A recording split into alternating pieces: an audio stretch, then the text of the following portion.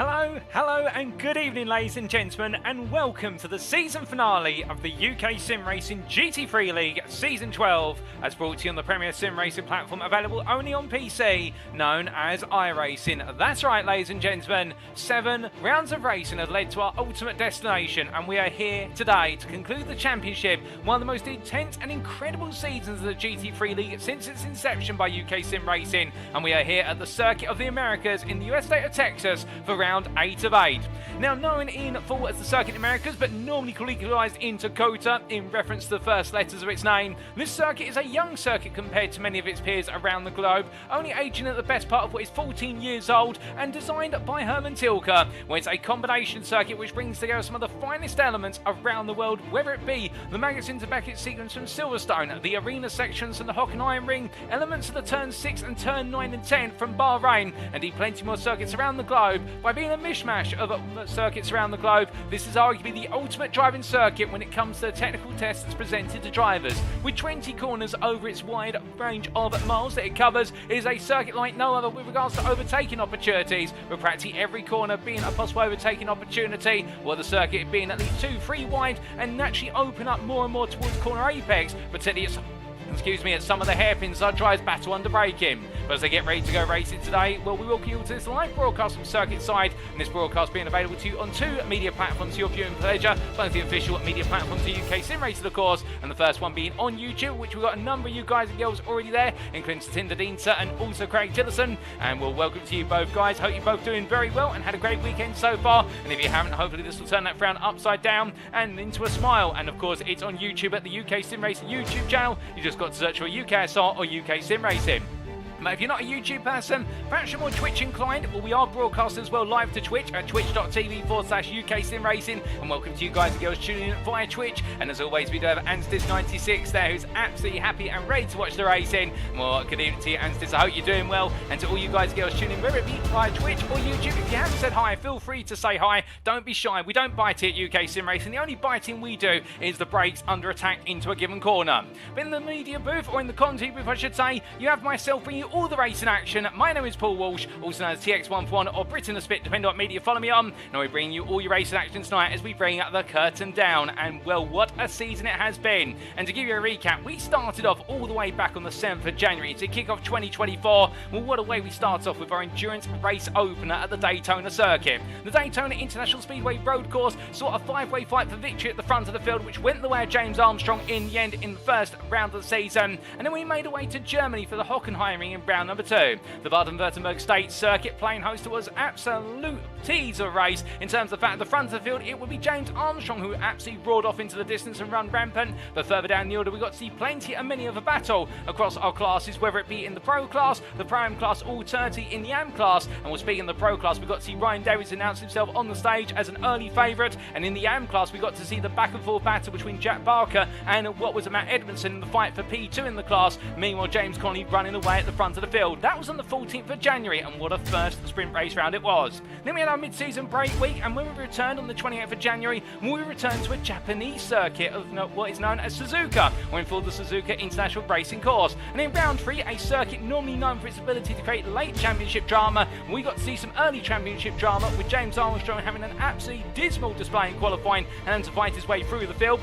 And meanwhile, elsewhere, we got to see in the Pro class Ryan Davies continuing his run at the front of the field. And the Pro-Am class, we got to see the UKSimRacing Stewart drivers of what was Rob Selby and also, I do believe, Alan Lever really running through the field and taking home a double podium and starting to emerge what was UKSimRacing Stewart as an early Teams Championship favourite. That was on the 28th of January, and then in round number 4 at Sebring, in the US state of Florida, the second of our 4 American visits for this season. On the 4th of February, we got to see history made in the Am class with the Ford GT piloted by Jack Barker, bringing home its first and only win this season so far. And what a round of racing we saw. There were plenty of brilliant batting up the front and in the middle of the field, and Wilmette Hisley being the one to really define the batting, going tooth and nail for every attack and making the best part of what was 15 overtakes over the course of the race. But then we made our way for our second endurance race round, and that was at Road Atlanta, the roller coaster rider road racing, of course, in the US state of Georgia, and the Brazelton Town Circuit in round number 5, kicking off the second half of our season with a bang on the 11th of February in that endurance race. But we made our way to Okayama, our second and final visit to Japan, and well, that was 2 weeks ago, back on the 18th of February in a sprint race there, which was less about the overtaking and more about the strategy, and we got to see a good number of drivers lead the way through the order based on going for the undercut. But that was Okayama, and in round 7, last time out, we made our way to Australia, our one and only time this season for the Bathurst Circuit, known in full as Mount Panorama Circuit, and in our third and final endurance race round, the 25th of February, well, goodness me, we got to see some absolute fireworks at the mountain, with James Armstrong's dominance at the front of the field in the elite class really locking in his advantage going into tonight in terms of that championship. In the pro class, Ryan Davies was not able to wrap up the championship, and it's finally poised tonight, and more on that in due course, because we do have a very interesting dilemma in the pro class to deal with today. In the pro class, meanwhile, the UKSimRacing stewards Alan Lever once again denied victory in what was an absolutely thrilling end to the race there based on strategy, and well, what we also saw in the AM class was James Connie pick up his third win in the row and leading now that championship by 27 points. Can anybody stop him today? And of course, today is the 3rd of March, and it's the Circuit of the Americas around 8 of 8 and this sprint race finale. And indeed, it's been quite a while since we've ended the season on a sprint race. I think it's been the best part of what has been 4 seasons since we had a sprint race at the end of the season. So therefore, we're going back to the older days, if you will. And well, where are we going from the older days to the newer days? Well, the newer times call for a newer circuit in the world. And let's introduce the Circuit of the Americas. The Grand Prix layout will be playing host our drives today. And as we can see, thank you to iRacing.com firstly for the simulator, but also the fantastic track maps that come with it. And this circuit located in the capital city of the state of Texas, Austin that is, in Travis County of aforementioned state in the United States of America, with its elongated shape there consisting of 20 corners, and goodness me, what a large circuit it is. For as our drivers roll their way around here, you can already look at the circuit map and be thinking to yourself, I can already recognise corner sequences from other circuits around the world, and that's exactly what the circuit was designed to do, looking to bring together the very best from around the world and put it all together at the central hub of motorsport in the USA. Again, the position of this circuit in Austin really puts it at the heart in the centre of the American continent. But as the drivers go racing around here, they'll find themselves having to deal not just with many a corner, but also multiple elevation changes. Speaking of which, it's the long rise up towards turn number 1, the uphill braking zone into the sharp hairpin.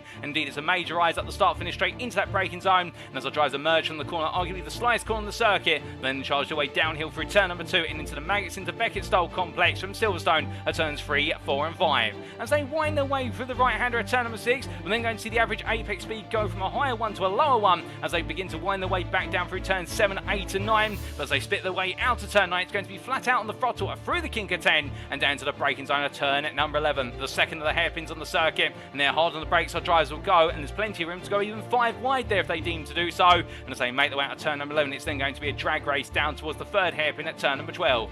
Now we start to see the circuit take a different form, more of an arena style layout of the circuit rather than more open circuit, and our drivers will be encroached upon that with the initial arena sequence of turns 13 and 14 and 15, and they'll make their way through the right hander at turn number 13, almost coming towards a hairpin there, if you will. That could arguably be the circuit's 4th hairpin, as they then make their way through the kink of 14 and into the trail braking zone at turn 15, which sets up the run into turn number 16. Another hairpin at 16, the 5th hairpin, as they make their way out of the left-hander, then go for the double right apex at turn 17 and 18, trying to modulate the throttle as much as possible, no braking needed, and if they get it right, they'll go sharp onto the brakes for turn number 19, the downhill off-camber left-hander, which sets up the run towards turn number 20. On the brakes, they'll go for the 6th and final hairpin to complete the lap and do it all over again. Well, goodness me, what a circuit then. Indeed, it takes your breath away just talking about it. And well, let's talk a little bit about our rules before we go racing today. Because as always, car setup wise, drivers are not permitted to go ahead with changing the car at any point in the season. We haven't had any requested car changes this season. That continues today, or there'll be a severe penalty, if not disqualification from the series. Car fuel load should be restricted to 70% for all the races, and that does lead to a degree of strategy in the races. In terms of qualifying, it is a sprint round today, and what that means is we'll see lone qualifying being used. And well, lone qualifying in layman's terms in iRacing means that all the drivers will head out on circuit together, but in an isolated instance of the circuit. So therefore, our drivers have the entire circuit to themselves to try and get get their best possible lap in, and they'll have 4 laps or 15 minutes, whichever expires first, to set their best possible time. Coming on to the race rules in general, races commence via a double file rolling start, as is a tradition of the UKSimRacing GT3 League. There are no mandatory pit stop requirements. However, with the 70% fuel load, we are expecting at least 1 pit stop for fuel, but changing tyres is of course entirely optional, and who will change those tyres? That's the big question there, with tyres being changed at the same time that fuel goes in the car. Each driver does have 1 fast repair available should they receive a knock or a bump in the race, and all race tuning shall be conducted post-race. But as for the sprint race specifically, a driver shall receive a drive-through penalty if they accumulate 17 or more instant points, and this is one of the big talking points about this circuit, because the track limits here are some of the most aggressive we have seen all season, and it's not uncommon to see multiple drive-throughs for individual drivers, let alone across the pack, over the course of the race in under 60 minutes. But we've got ahead of ourselves there. Let's talk a little bit about our schedule then as we get ready to go racing today. And well, we look circuit side right now, times in Greenwich Mean Time, that's GMT, or Universal Coordinate Time, UTC, and as we can see, in just under 8 minutes time, we'll be going into our final qualifying session of the season. 15 minutes in duration, 8 o'clock this evening. All the drivers are looking to go for the ultimate pole position, which could set themselves up for success with a bonus point in hand as well. And then at what will be at 8:15, we're going to the grid for our final race of the season, a 60-minute, 1-hour sprint race, and will all the drivers come the end of it will know the score, and they'll know who the provisional champions are, subject to any stewards' inquiries. But at the moment, we do have a relatively cool ambient temperature of 18 degrees centigrade, the same for track temperature. Indeed, the circuit quite cool at the moment, but it's going to definitely heat up as qualifying gets underway and we go into the race.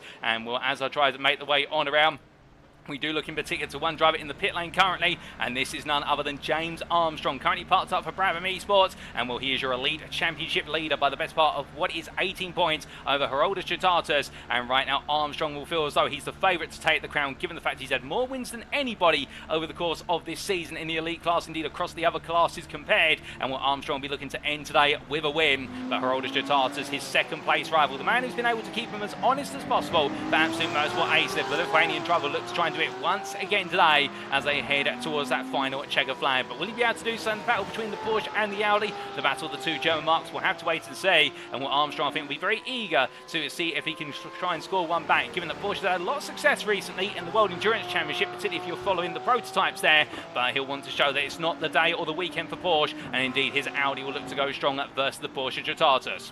But as they make the way on around in the final practice session, meanwhile in the pro class, we've got a very interesting situation. Brian Davies will not be on the grid today. And why is this interesting? Well, do keep in mind, and let's remind you, this round is undroppable, and that means every point scored here today will be added to our driver's total championship point tally. And that means that Alex Hill in return, currently second place in the class in the championship, 35 points behind. If he manages to finish third place or higher, by default he will take the championship crown. If he finishes fourth, he needs to score both bonus points, given that Brian Davies' wins, which will offset Alex Hill's wins. So therefore that's got to be his goal, either pick up both bonus points and full place as a minimum in the race, or alternatively he needs to take third as a minimum, and he will snatch the crown away from Brian Davies, his fellow TU Simsport driver, come that final checkered flag. And indeed, I do believe Brian Davies will not be able to attend due to personal circumstances. I do hear he's doing well, however, and well, don't be alarmed, ladies and gentlemen, he hasn't fallen sick as far as I'm aware. But right now I definitely think he will be a little bit upset at the fact that not being able to be here today and crown himself a champion, given the fact that Alex Hill there leaps the car with the apex curve, and will get very adventurous with that sausage curve, no doubt about it.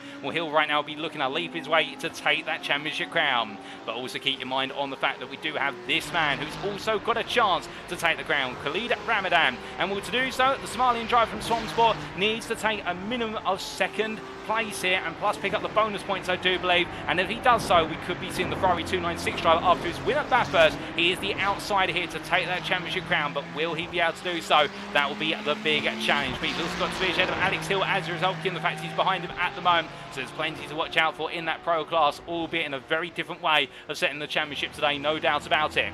We talked about the elite and the pro classes. What about the Pro-Am class? What's the situation there?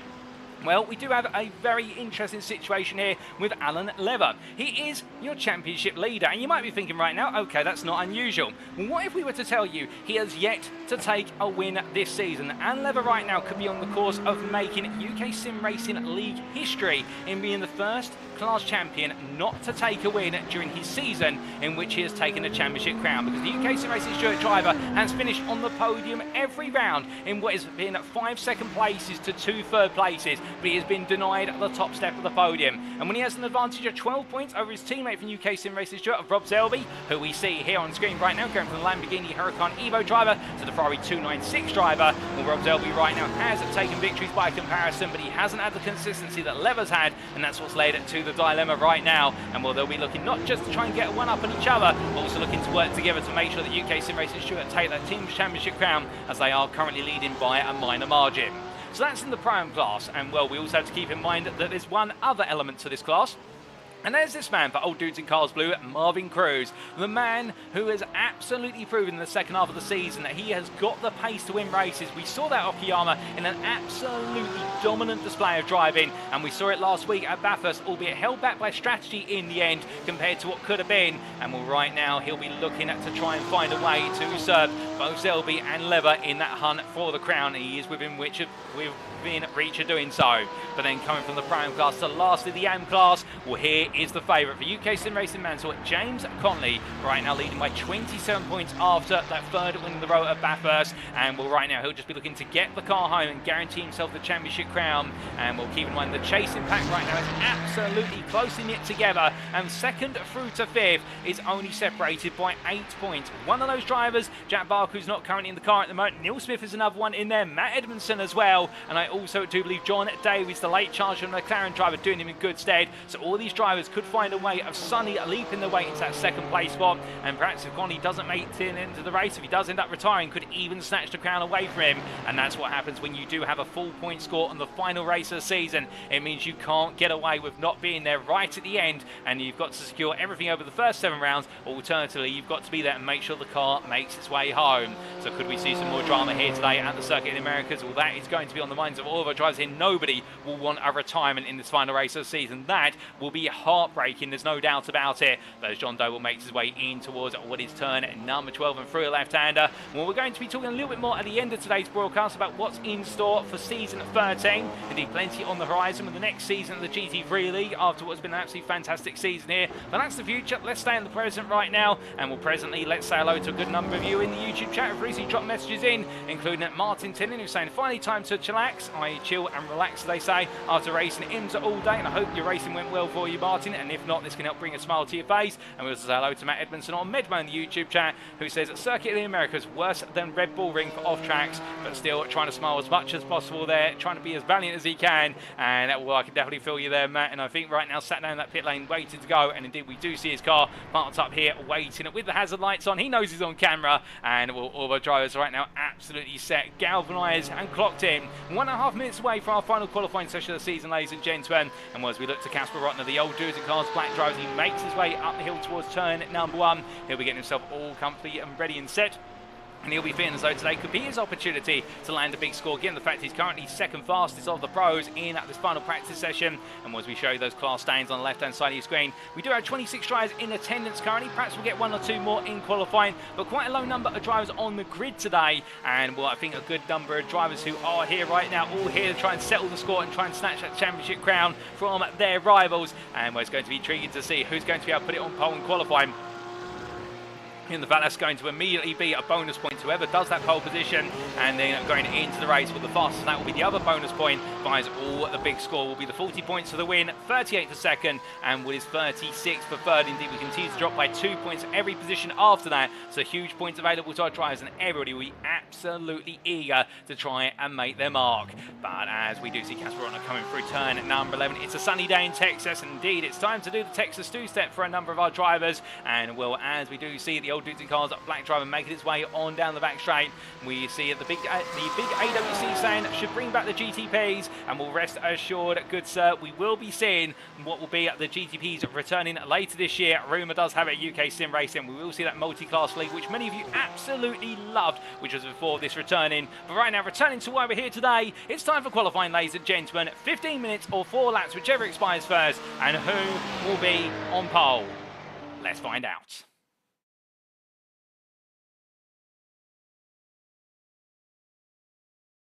So the drivers make their way into qualifying. It's go immediately for everybody as soon as possible. And will Jack Barker being one of the very first to make his way out of that pit lane. And up the rise he goes in towards turn number 1. And as he does go onto the brakes here, many of you will be wondering, well, what is it going to take to set a good lap here and potentially take pole position?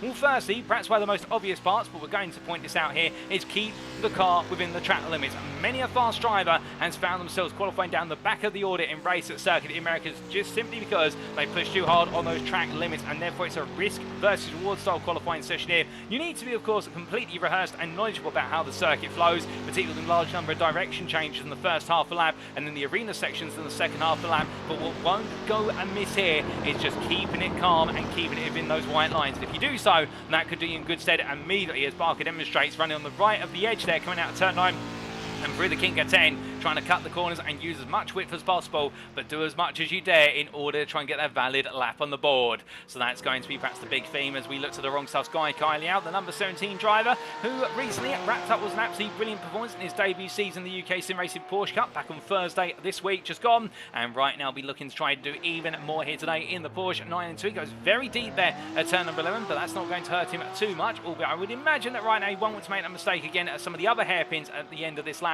for the simple reason he'll want to heat those tyres up, but he won't want to overheat them too early, as otherwise he might find the car wanting to slide around more than he'd like it to do so. And the Porsche, a very loose car, given the fact the engine's over the rear axle. It's rear engine, rear wheel drive, and that's the ideal place to have the engine. Indeed, Porsche's history has demonstrated that over what is 76 years of motorsport from Porsche, for the simple reason some of the finest cornering cars you can ever see on the road and also in the world of motorsport. But as he makes his way on through turn at number 13 and 14, meanwhile we look to Darren Sharples in the Audi R8 Evo 2, the old duty car's blue driver. Right now making his way on through turn at number 16 and will bring himself back up to speed. This V10 engine going to go quite strongly here today. In terms of the form of cars, well, there's a little bit for everyone at this circuit. There's plenty of corners for the Porsches and the Audis, and on top of that there's plenty of straights as well, particularly that long back straight that's 1 kilometre in length for the BMWs and also the Ford GT, and also the Mercedes of Rob Armstrong, which I'm very pleased to say is back on the grid today in the number 45 there. And well, we couldn't quite have a season finale without the Mercedes AMG Evo driver. He's the only driver who's brought the Mercedes to this season of racing, but to be fair, he's given it everything he can. Father of Wiz James Armstrong in the elite class, and right now Rob's going to give it everything as he goes on to his first flying lap here. And we're going to get an on-board lap when it comes around to our driver's second flying laps, when they've got the tyres fully up to temperature and looking to go full attack on the lap. But in the meantime, we can appreciate that naturally aspirated 6.3 litre V8 engine powered by the Mercedes power plant, indeed making its way on down through turn number 2 and in towards 3, 4, 5 and 6 right now. And what Armstrong will find, these are the corners which definitely do hurt the Mercedes. It's one of those cars that's very easy to experience quite a bit of understeer at higher speeds, and also it's a car that can experience a lot of rear oversteer when it comes to trying to get the power down in the low speed corners, particularly when you start to dabble with second gear, and you'd be loath to go near first gear in this car just simply for the reason those rear tyres are going to spin incredibly quickly. But as he makes his way out of turn number 9, looking absolutely smooth as butter there and heading down towards turn 11, we say hello to Lawrence Marshall in the YouTube chat, who wishes the best luck to everyone tonight and saying thank you for a great season and looking forward to being in at the next one, but not able to make it on the grid today due to technical difficulties. And we're sorry to hear that, Lawrence, but at the same time very happy to hear those kind words of yourself and very glad to have you tuned in today, and we look forward to plenty more from yourself in at the next season of racing.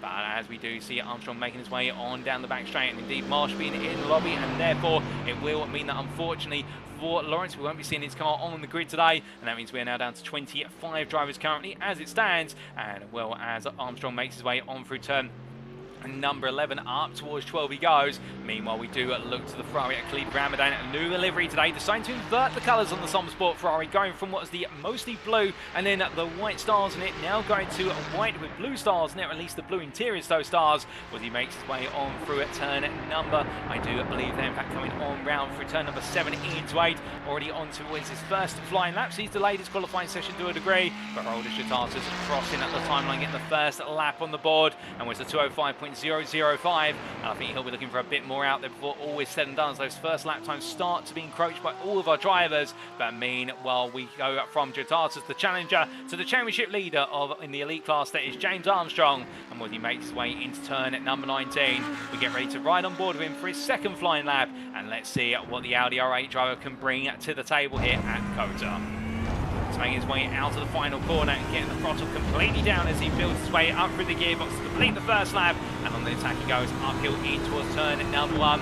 as he heads in towards the braking zone in 5th gear, looking to brake as late as possible here, braking about 120 meters from corner apex down to 1st gear, late apex now back on the throttle immediately, build up the speed 2nd gear, then into 3rd, down to turn 2, flat out for the right hander here, open up the corner initially before turning in, now bring the car to the right for turn 3. Here's about direction change, turning nice and early, straight line the apex is through 4, then to 5, starts to bleed on the speed, drop down to 4th gear, now into turn number 6, lets the car go a bit deep, drops to 3rd as he brings it back to another late apex, and now into turn number 7, through a left hander, holds 3rd gear to bring the car over to the left, battling with the steering wheel all the way through as he goes into turn 8, down to 2nd gear, wait for it, and now square off the steering wheel, flat out through turn number 9, and we can see they're battling with power oversteer, 3rd gear up to full through the kink of turn number 10, and down towards turn 11 he goes, he gets ready to brake into the 2nd hairpin, braking at 150 meters from corner apex all the way down to 1st gear, and now immediately loading up the throttle and blasting off as he makes his way down the back straight, and now it's all about just waiting and seeing how quickly he can go down here into the next braking zone for turn number 12. Now as he gets ready to go into the arena section, he'll straight line the car as much as possible. You notice the straight will curve to the right as he now brings the car naturally over in 6th gear here and breaking down from what will be 156 miles an hour at 170 meters from corner apex down to 1st gear through the left hander and now up towards hairpin at number 4 as he goes into turn number 13. Onto the brakes about 75 meters from corner apex, 2nd gear, using the runoff space there in order to open up the exit of the corner, and now coming in towards turn 15, trail braking for the hairpin at 16, and will 1st gear there very late on the brakes, lazy Desdream to do so, and now it's going to be as close as possible to flat out here through 17 before lift off the throttle slightly to get a nice tight apex there coming through 17 into 18, and all the way through riding the curve, bring the car to the right for turn 19, a quick dab of the brakes here, drop the car to 3rd gear, through left-hander he goes and will now in towards turn at number 20 to complete the lap. It's been an absolutely smooth lap from James Armstrong, but what's it going to be as he comes out the final corner? A bit of power oversteer there, but it's gone purple in the middle sector lap, and that's the important part for Armstrong here. It's a personal best as well across the board. It's a 2:04.966. It's 400ths faster than Jotautas this time, but could we see the Lithuanian driver come back and strike strong? We'll have to wait and see, but Armstrong thinks he might have got the job done. Meanwhile, Rob Zelby jumps up to P6 and a 2:06.181. It's a good lap ahead of and level by the best part of what is 6.5 tenths. And meanwhile, Jeff Griffiths a bit further down, P3 currently in the class, P10 overall. And well, in the AM class, it's James Conley, who right now is continuing to prove to be the fastest man out there over a single lap and also, over race distance, or at least it would seem based on the last couple of rounds. Now he's only got a 2 tenths advantage to Jack Barker and the Ford GT driver looking to try and prove a point, which is that it's not going to be Conley's day in the sun if he can help it. But as we do see Conley making his way down in towards what will be at turn number 11. Meanwhile, in the Pro Cars, Alex Hill right now will doing exactly what he needs in order to try and sneak away that championship from Ryan Davies in the end, in the fact that currently what is almost 7 tenths of the overall pole set by James Armstrong. And as we show you those overall standings to see how all our drivers in the classes are fitting together, with our 25 drivers expected to be on the grid as of now. And Will Hill currently the best part of what is 5.5 tenths faster than Casper Brotner, but looking absolutely good right now for a P4 start, and if so, it'll be his strongest qualifying position of the season. As he makes his way out to turn number 13 into 14, Casper Brotner meanwhile looking good for P2 in the Pro Class. The old dudes in cars, black driver right now in the Porsche 992, definitely demonstrating his nuance and knowledge of the Porsche and how it goes well at this circuit, particularly I would say in the second half of lap, based on his sector times right now, not quite on the margins that Hill is, albeit it should be pointed out that in the earlier portion of the lap, that seems to be where Hill is struggling in sectors 1 and 2, or subsectors 1 and 2 I should say. Meanwhile, that's where Brotner does have a little bit more pace by comparison, so an interesting contrast there as meanwhile Brotner makes his way to the timeline this time around. I think this is more of a setup lap, and he's going to need another shot as he makes his way onto what for him will be his 4th and final flying lap. But meanwhile, we come to this sole McLaren on the grid, the McLaren MP4 12C, being piloted by John Davies as he makes his way down in towards turn at number 19, currently P4 in the AM class, P16 overall, and off of Neil Smith, he's got half a second of a delta to close. As meanwhile, on camera, Jack Barker has dethroned Conley from AM pole, moving up to P10 as Barker pushing Conley down to P11,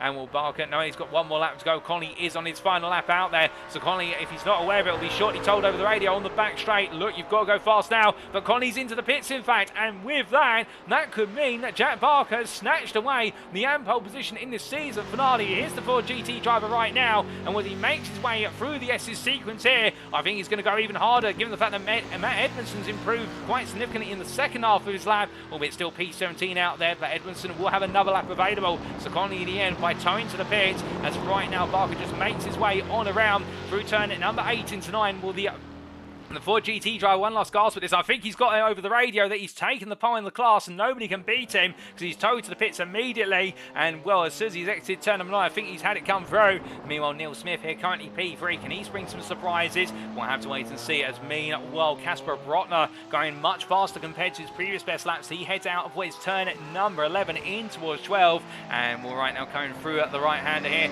of 13 in towards 14, 15 and 16. He's on his final flying lap. And, well, we do say hello there to 306 Rally in the Twitch chat who's cheering on site. Anthony, who's currently P3 of the elite drivers and overall, and he's half a second off the pole time set by Armstrong. Jotautas is out there on his third flying lap, so we're keeping an eye on Jotautas to see whether he can dethrone Armstrong right at the end of this session. But right now, as Brotner makes his way on down through 18 in towards 19, well, can he find a way to get ahead of Hill, given the fact he is 5.5 tenths down right now? He hasn't set any purple subsectors, they're all personal bests, so if he's not able to improve enough to defeat Hill's pole time, he'll definitely be getting a lot closer to it by looks as he makes his way to line. And for Casper Brotner, it was a purple final sector, and indeed, oh my good lord, he was only 5 thousandths off in the end. He hasn't got any more laps available at a 2:05.650, and I think Alex Hill is going to breathe a huge sigh of relief. 9, he's just snatched away that pro pole position. Meanwhile, Darren Sharples improves, moves up to P15, or what is P5 in the pro class. But elsewhere, what about Steve Hughes? He's making his way across line right now, with Hughes in the end is going to be taking P21 or P5 in the Prime class, just ahead of Rob Armstrong by a margin of what is, I do believe,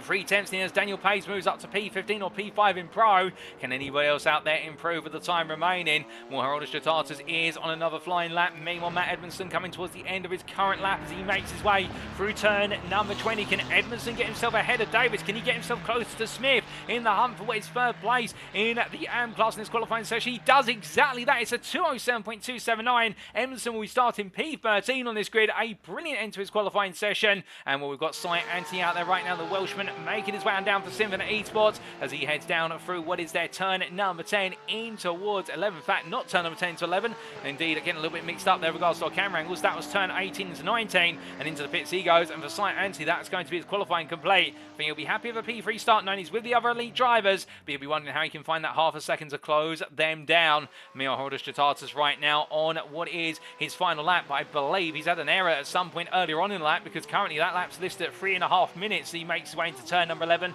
Well, if that is correct, he's not going to be improving come the end of this one, and James Armstrong will be taking that overall and elite pole position, as we are now running out of time. 2.5 minutes left on the clock. If that, there's no overtime in this qualifying session as well, so for our drivers it means when the clock strikes 15 minutes, that's it. Qualifying is done immediately, and whichever lap they've set previously, their best lap will stand. But Jotautas is making his way on for turns 17 and 18 right now. Can he improve? We'll have to wait and see. Meanwhile, Andrew Skinner making his way out there in the Tiki Supersport Porsche 992.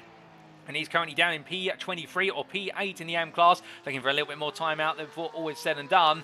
Well, as he makes his way in towards turn at number 16, Jotautas is into the pit lane as I look at my content booth window, so he won't be improving. So Armstrong will take the final overall and elite pole of the season. And well, congratulations to Armstrong. He has taken more pole positions than most drivers across the classes in respective comparisons. And indeed, as we do see what is Skinner here making his way down through turn number 18 into 19. Can he find a bit more time before all is said and done? The only other driver out there is Alan Lever, and the only 2 drivers who've got valid laps left on the board. Well, Skinner right now has improved in subsector 1, he's improved in subsector 2, he's improved in 3 as well, but can he complete it in number 4? He does indeed, but what's it going to be?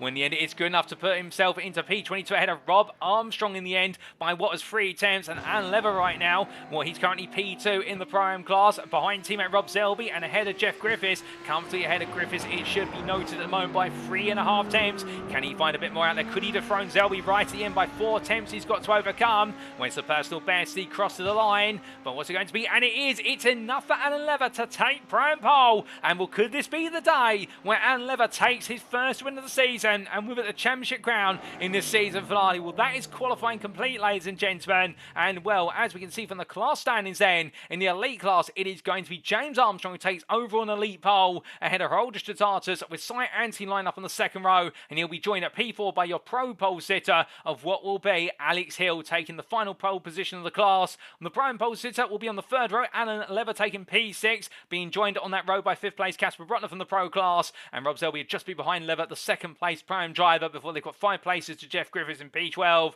And in the AM class starting P10, it will be Jack Barker who takes what is, I do believe, his second only pole position of the season. And can he make it his second win of the day this season? We'll have to say, checker flag is out, ladies and gentlemen. It's time to head to the grid.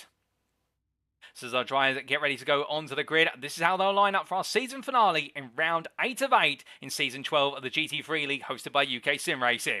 James Armstrong takes overall an elite pole position for Brabham Esports, ahead of Haroldas Jotautas for Absolute Motorsport Acelift. Behind him on row number 2, it's Cy Anthony for Symphony Esports, who's joined by Alex Hill for Tiki Sim Sport Kimmy, and he'll be your pro pole sitter.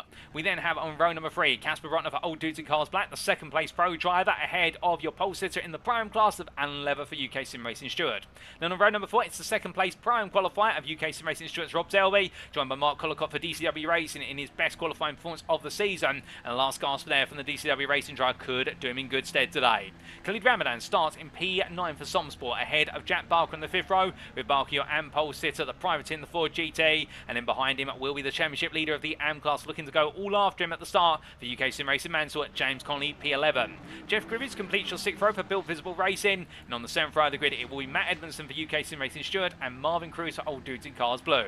We'll then have Neil Smith, P15 for UKSimRacing Mansell, ahead of Daniel Pace for Old Dudes in Cars Black, with P17 and P18 being occupied by Darren Sharples for Old Dudes in Cars Blue and the wrong stuff John Davies respectively.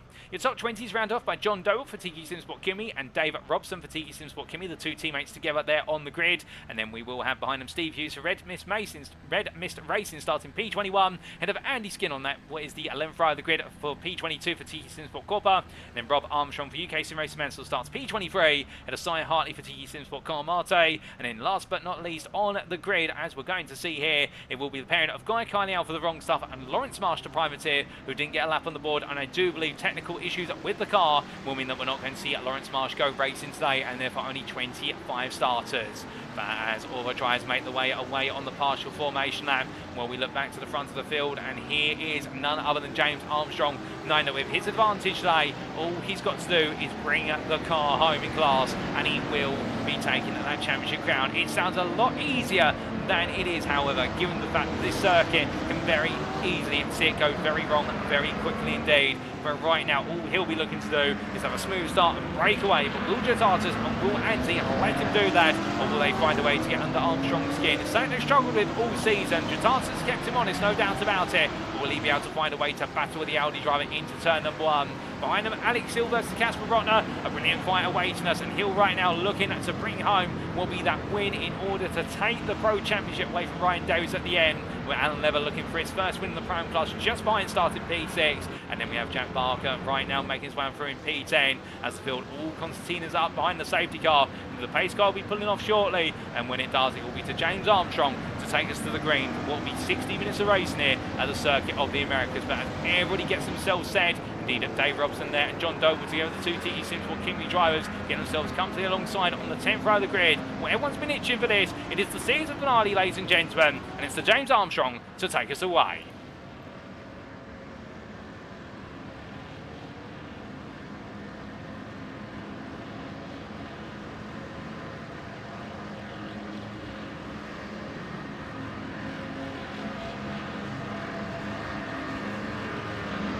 Lights out, away we go. James Armstrong leads it as late as he can as he roars his way up the hill towards turn 1. But meanwhile, look at Cy Anthony looking up the inside of Jotautas to the battle of the Porsches as they make their way into the braking zone here. All the drives coming through. Anthony there being outbroken by what is Jotautas, but Jotautas still trying to go around the outside. Meanwhile, it's getting very argy-bargy further back. Mark Collicott dropping 2 places at the race start as they make their way downhill into turn number 2. Meanwhile, behind Matt Edmondson making some early losses as well. Marvin Cruz getting ahead of him as they make their way in towards turns 3, 4, 5 and 6. And right now Cruz trying to stay ahead as meanwhile Jeff Griffiths in front under pressure from James Connolly, who's lost out versus Griffiths, and therefore Jack Barker right now getting the best start of the AM drives inside the top 3 of the class as they make their way in towards turns 8, 9 and 10. Barker going a little bit deep there, but right now I think it's going to be more Mark Collicott under pressure as Collicott goes wide at turn number 8 into left-hander, 9 they go, and as they do, Collicott loses 1, he loses 2, he loses 3, he loses 4, as I believe there might be a slowdown built into that, or will there be, as he comes down through turn number 10 in towards 11, and the DCW Racing drive after making some quick wins early on now loose now since the start of the race as he heads in towards the left-hander. But as he does, around the outside goes Matt Edmondson, but that Ferrari very strong on the straight,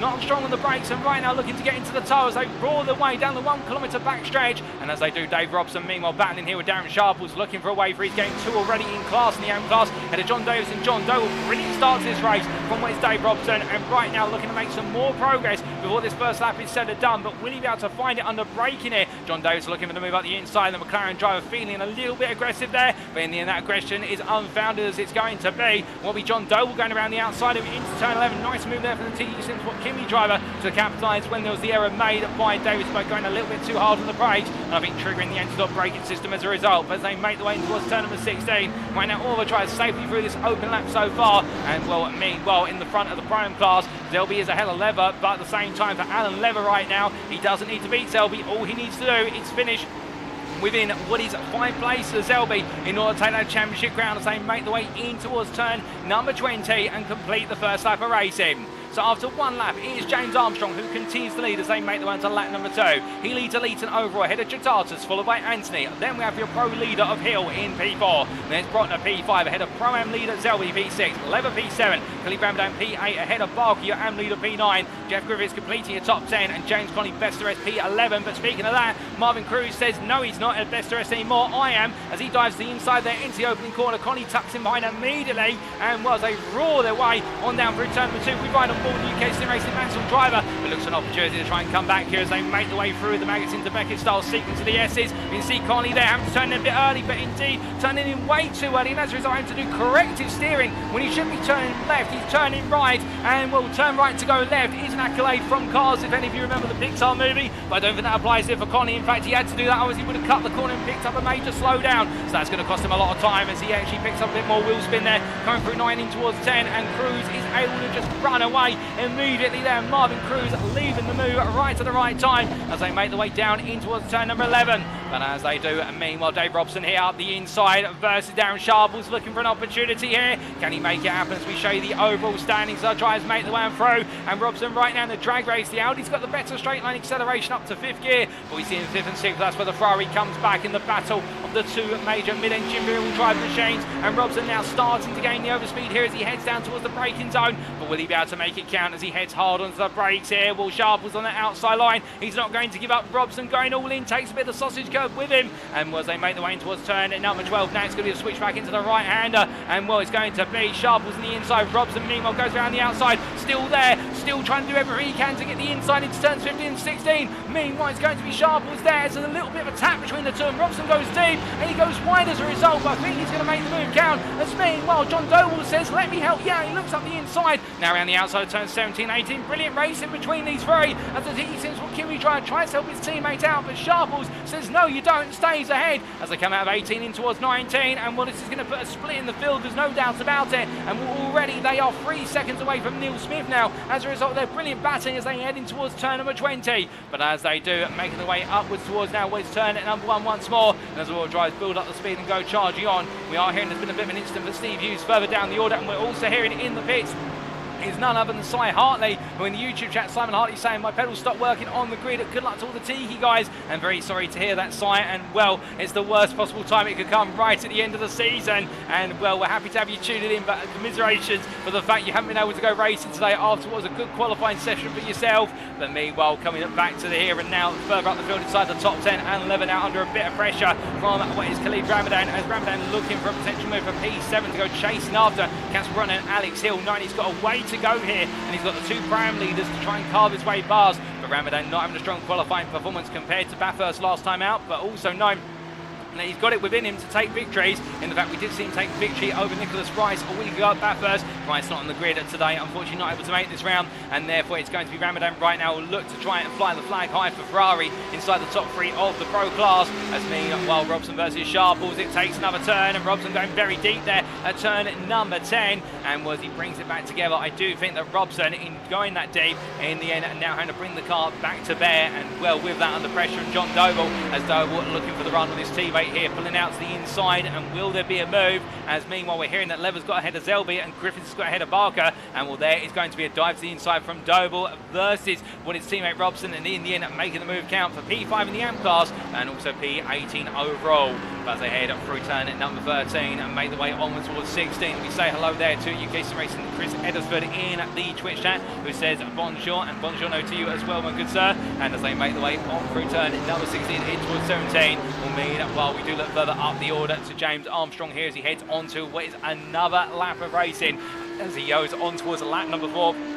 As he charges his way up towards turn 1. Well, a new fastest lap of the race as well, 205.424 from Armstrong, and right now the only man who seems to be able to catch him is himself here, in terms of potentially catching himself out with an error at some point, as Haroldas Jotautas already 1.8 seconds back, and Sight Anti a further 1.5 seconds back. But then again, could strategy be a keen theme here? And whilst we said it's predicted to be a one-stop race, we've only done that based on what's the knowledge of our previous races that have been sprint races of the season. But could we potentially see some surprises, such as tyres not being changed or extra tyres being changed, and that could cause a muddle with regards to the pit stops and the expected track positions when all the strategy is done.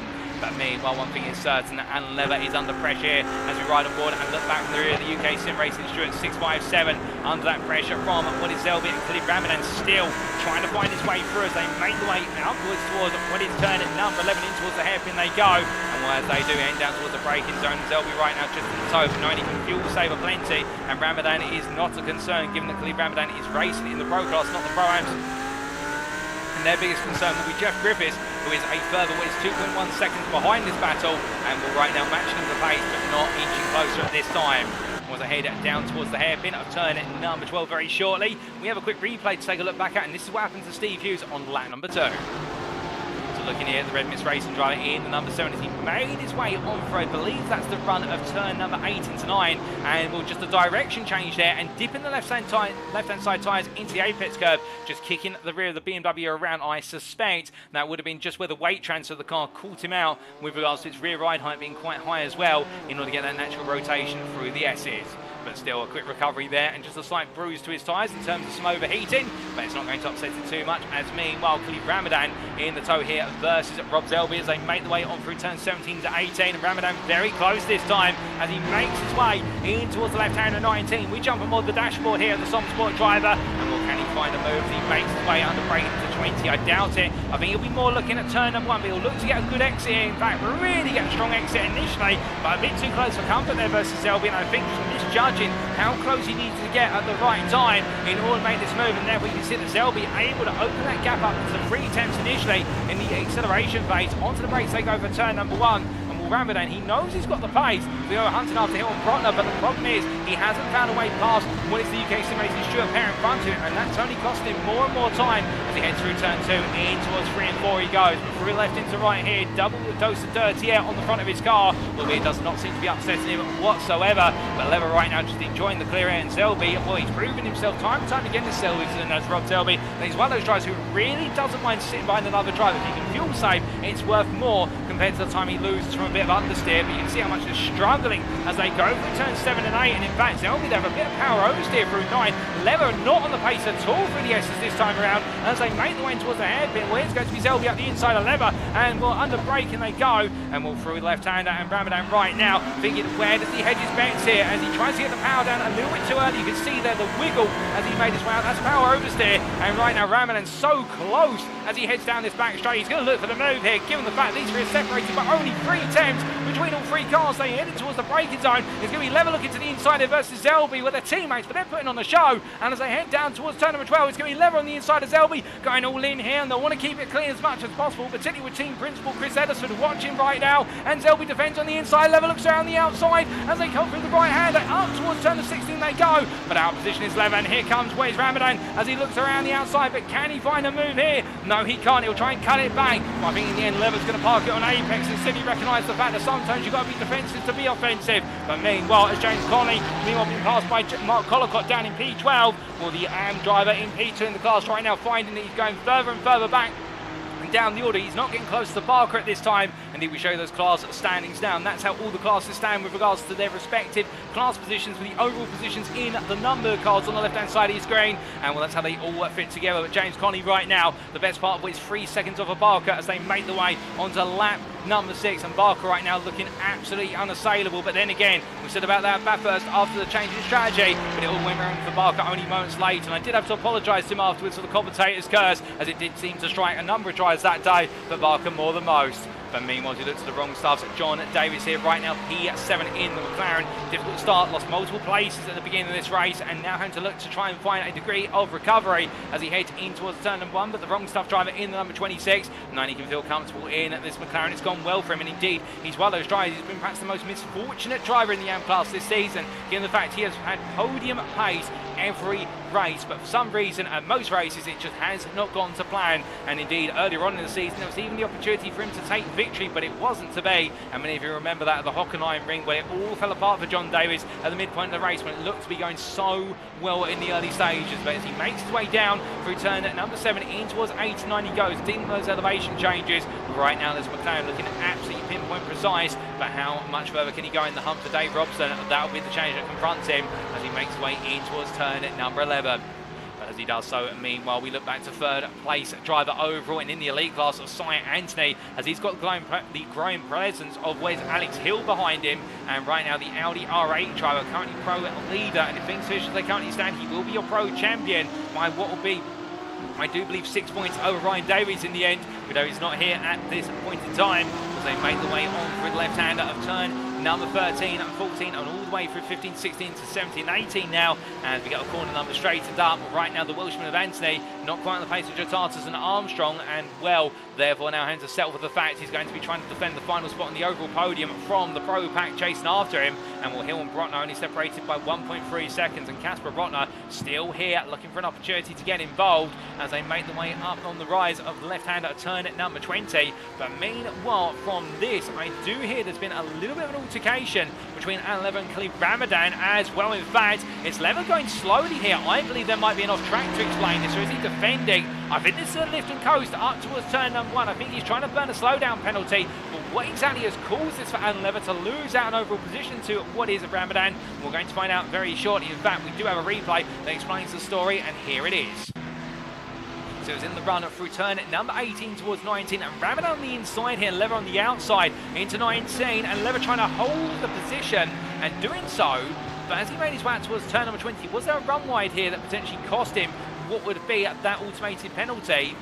Well, I'm not quite sure in the end, because it looks like there's nothing. It must have been earlier in the run through turns 13 through to 16 that he's breached track limits, because Alan Lever in the end sliding down there and will bring himself back up to speed shortly, but nothing we can see on our replay camera there. But the point being that Lever has lost P7, he's down to P8, and now he's got Jeff Griffiths getting closer and closer, the Built Visible Racing driver, where he's going to be firmly in the rear view mirrors. He'll be visible enough to Alan Lever as they head through turn number 11.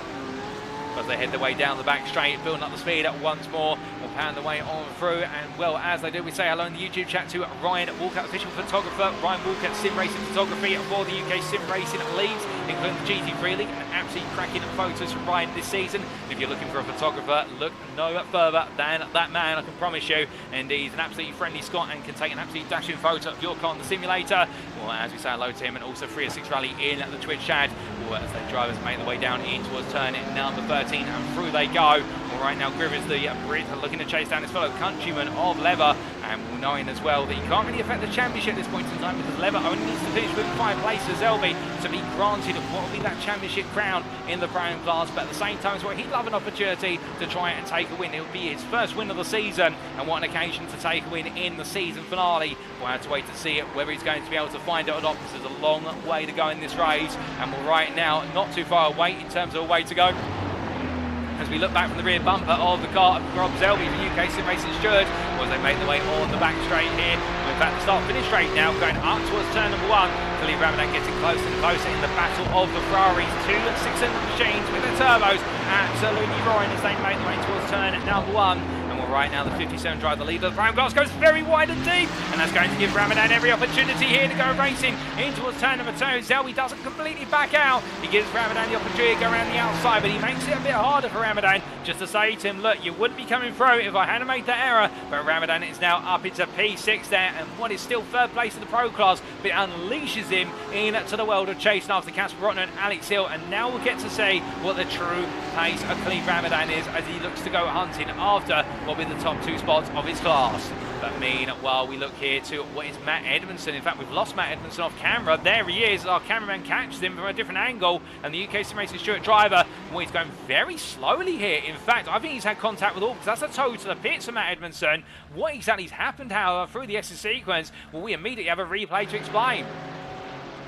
He made his way through, then turn 3 into 4. Oh, goodness me, and hitting the sausage curve before, hard on the right-hand side front tyre, and that's sending the car leftwards into the tyre barrier. And, well, if only it had been inches the other way, he may have just missed the barrier and carried on, but that's crippled the front left suspension, and that's called Edmondson to have to tow the car to the pits with the impact damage. Well, as he looks to get the car repaired and back out, they were all saying that John Davies has had to be towed to the pits in a separate incident of some description. Not quite sure what's happened there, but back on your live cameras now, and as we do look to Daniel Payne in the old dudes in cars, Black, the driver from Portugal, looking to hold on here to P14 overall, and what is P5 in the Pro class, had a Neil Smith, the AM driver, who looks to go chasing after him. And Will Smith, to be fair, third place in AM right now, and Smith's pace, interestingly enough, is matching James Conley, and I wonder whether the BMW M4 driver, if he was to find his way past Page, will be given the opportunity to do so, whether he could go hunting after Conley. And remember, James Conley, given his advantage going into tonight, if he was to finish third place, he would still be taking the championship crown.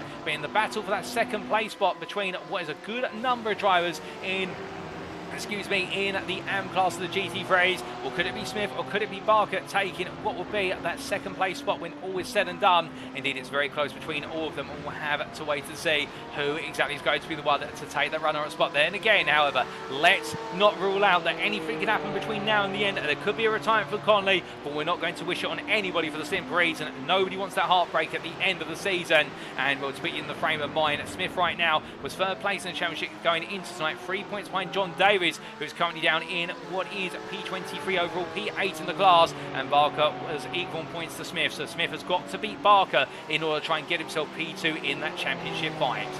But meanwhile, as we look back here to Marvin Cruz, P11 overall, P4 in Pro-Am. Right now with the pressure mark, Collicott behind the Pro DCW Racing driver, looking to go on the offensive sooner rather than later as they make their way down through turn 10 in towards 11. And on the attack he goes, does Collicott, and lost so many places at the start of this race. And well, I think Collicott will be a bit angry at the way the race started, but that's not going to be very safe in terms of the fact he comes out the corner looking to plant the throttle, and Cruz struggling there on corner exit. And well, goodness me, I don't know about you guys and girls at home, but that made me absolutely clench up in my commentator's booth seat for the simple reason I thought it was going to be contact. As Collicott makes his way down the stretch here, he's going to look up the inside immediately, and well, there's going to be no question about the contest here, as I think Cruz decides to back off 9. Look, Collicott's got the speed and is very eager to make his way through. But now James Conley, the P2 AM driver, tucks in behind and says, do you mind if I do as well? And Cruz says, one at a time, thank you very much. They make their way through 13 to 14 as they come through the right into the left. Well, right now it's going to be Conley who continues to find himself bottled up behind what is a driver of another class, and he can't go hunting after Barker, and Barker's pace right now is half a second a lap faster than Conley, and that's why the gap has opened up to the best part of what is 4 seconds. Barker is putting down the pace markers at this point and trying to stretch the gap as much as he can as we come towards the end of the first third of this race. It's an hour long, we're almost into the end of our 20th minute of racing, and we're nowhere near the pit stop window at the moment. I can tell you one thing, as Matt Edmondson's made his way back out of the pit lane after the repair work, as I look at my commentary booth window up towards turn number 1, those pit stops are still far off. When they start, we could see a shuffle in the order, particularly for those drivers who are caught up behind some of their peers. As we do look to Rob Zelby here, the Prime leader has got Anne Lever and Jeff Griffiths behind. That top 3 of the Prime class now separated by what is only a margin of 1.7 seconds, if that. And well, I think all 3 drivers, as you can see them all in this wonderful camera shot as they make the way through turns 3 through to 6, once they wind their way on through. We then do have Barker just following a bit further behind right now with Collicott, Cruz and Conley in pursuit. And indeed, all these drivers chasing after the top 10 overall finish. They'll all be eager to try and find it as soon as they possibly can. It's always nice to have an overall top 10 in a field of this size.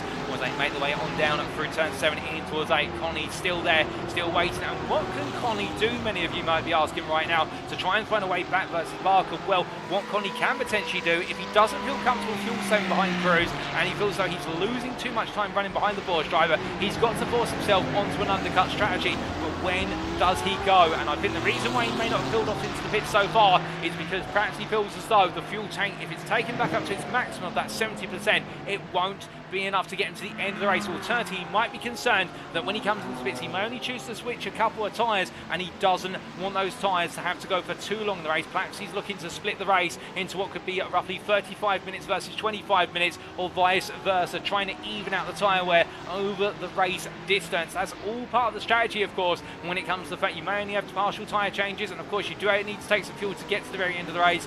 All the drivers right now, they'll have that knowledge wrapped up in their minds in speaking with their team strategists going into the race and during it, but who's going to be the first one to make the big call? That's what we're waiting to see.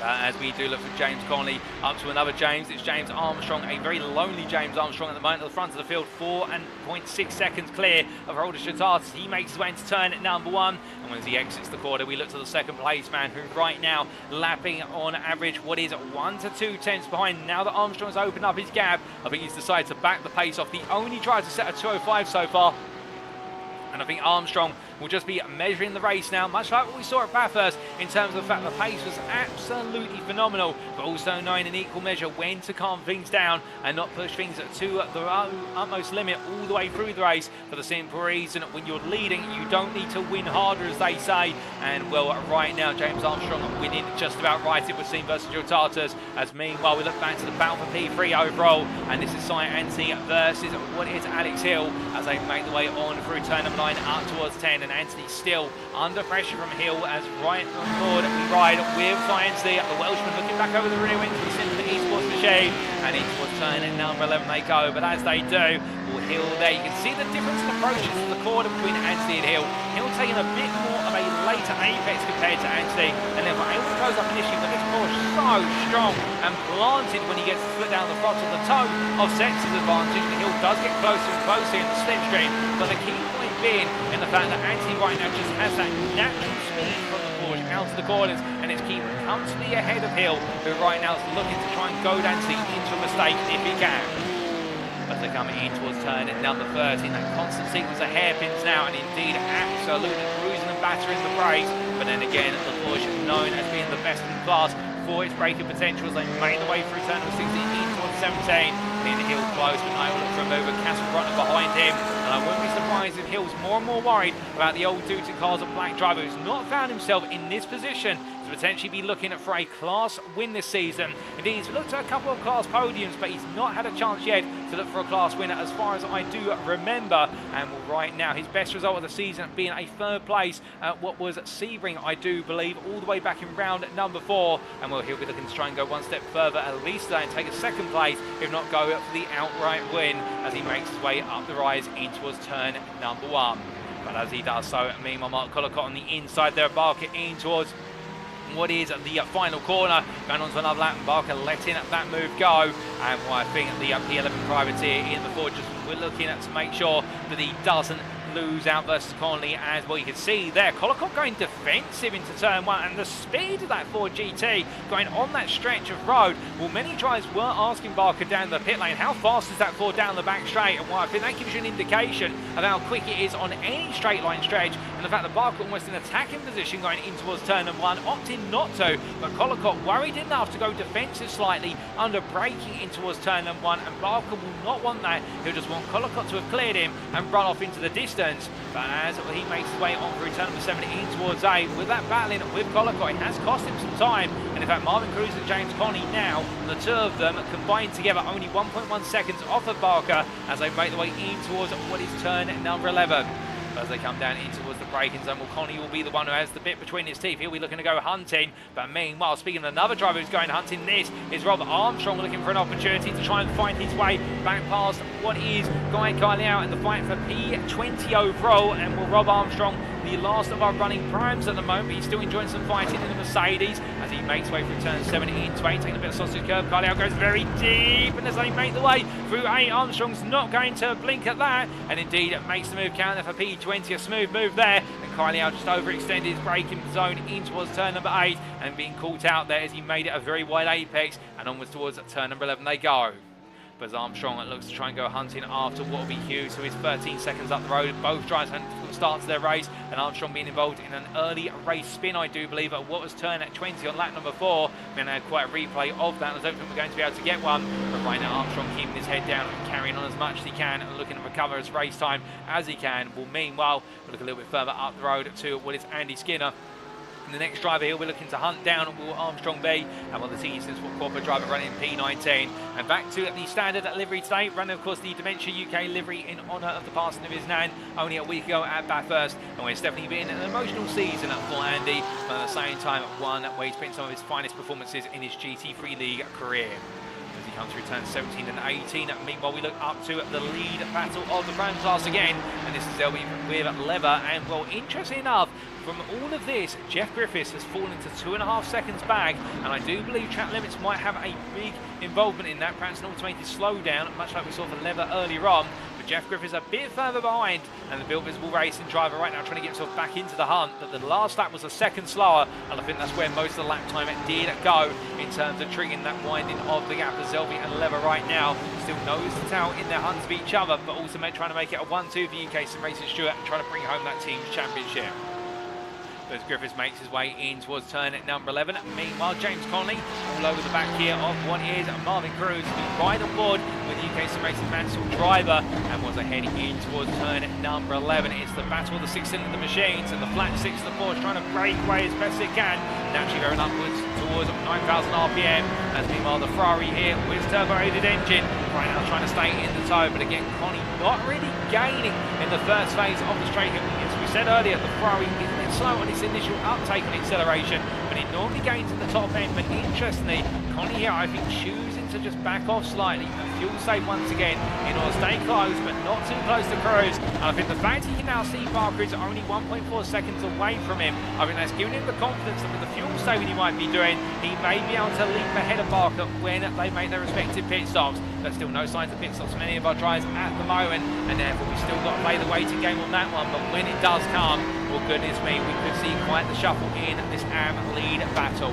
But Connolly, no, he doesn't need to win today. All he needs to do is keep it on the black stuff and bring it to the checkered flag. But right now, what does everybody want when they're leading the championship? They want to win the season by taking a win on that season finale, and Connolly looking to do exactly that. Makes his way through turn at number 20 and on to the start of this train he goes, and once again gap to Cruz open up slightly, and Barker meanwhile still maintaining the gap up to 1.6 seconds now between the two AM drivers. They head into lap number 14, but Connolly biding his time, and he's going to be one to watch out for when we do start those pit stops. Meanwhile, Neil Smith versus Daniel Payes, the BMW driver here of Smith still chasing after Payes as they head up the hill in towards turn at number 1. No change at the moment from the 304 driver, and I think Smith here meeting his match in terms of his rival in front of him, and therefore progress has been stunted, and I think he's going to have to look at potentially going for an undercut here or an overcut versus Payes if he wants to get the job done. But for the UKSimRacing Mansell driver, it could be a third place in the AM Class A. It's the furthest he'll go, and if things finish as they currently stand, it'll be Jack Barker who takes that runner-up spot in the AM Championship. As they make the way on through the SSC down to turn 7 and 8.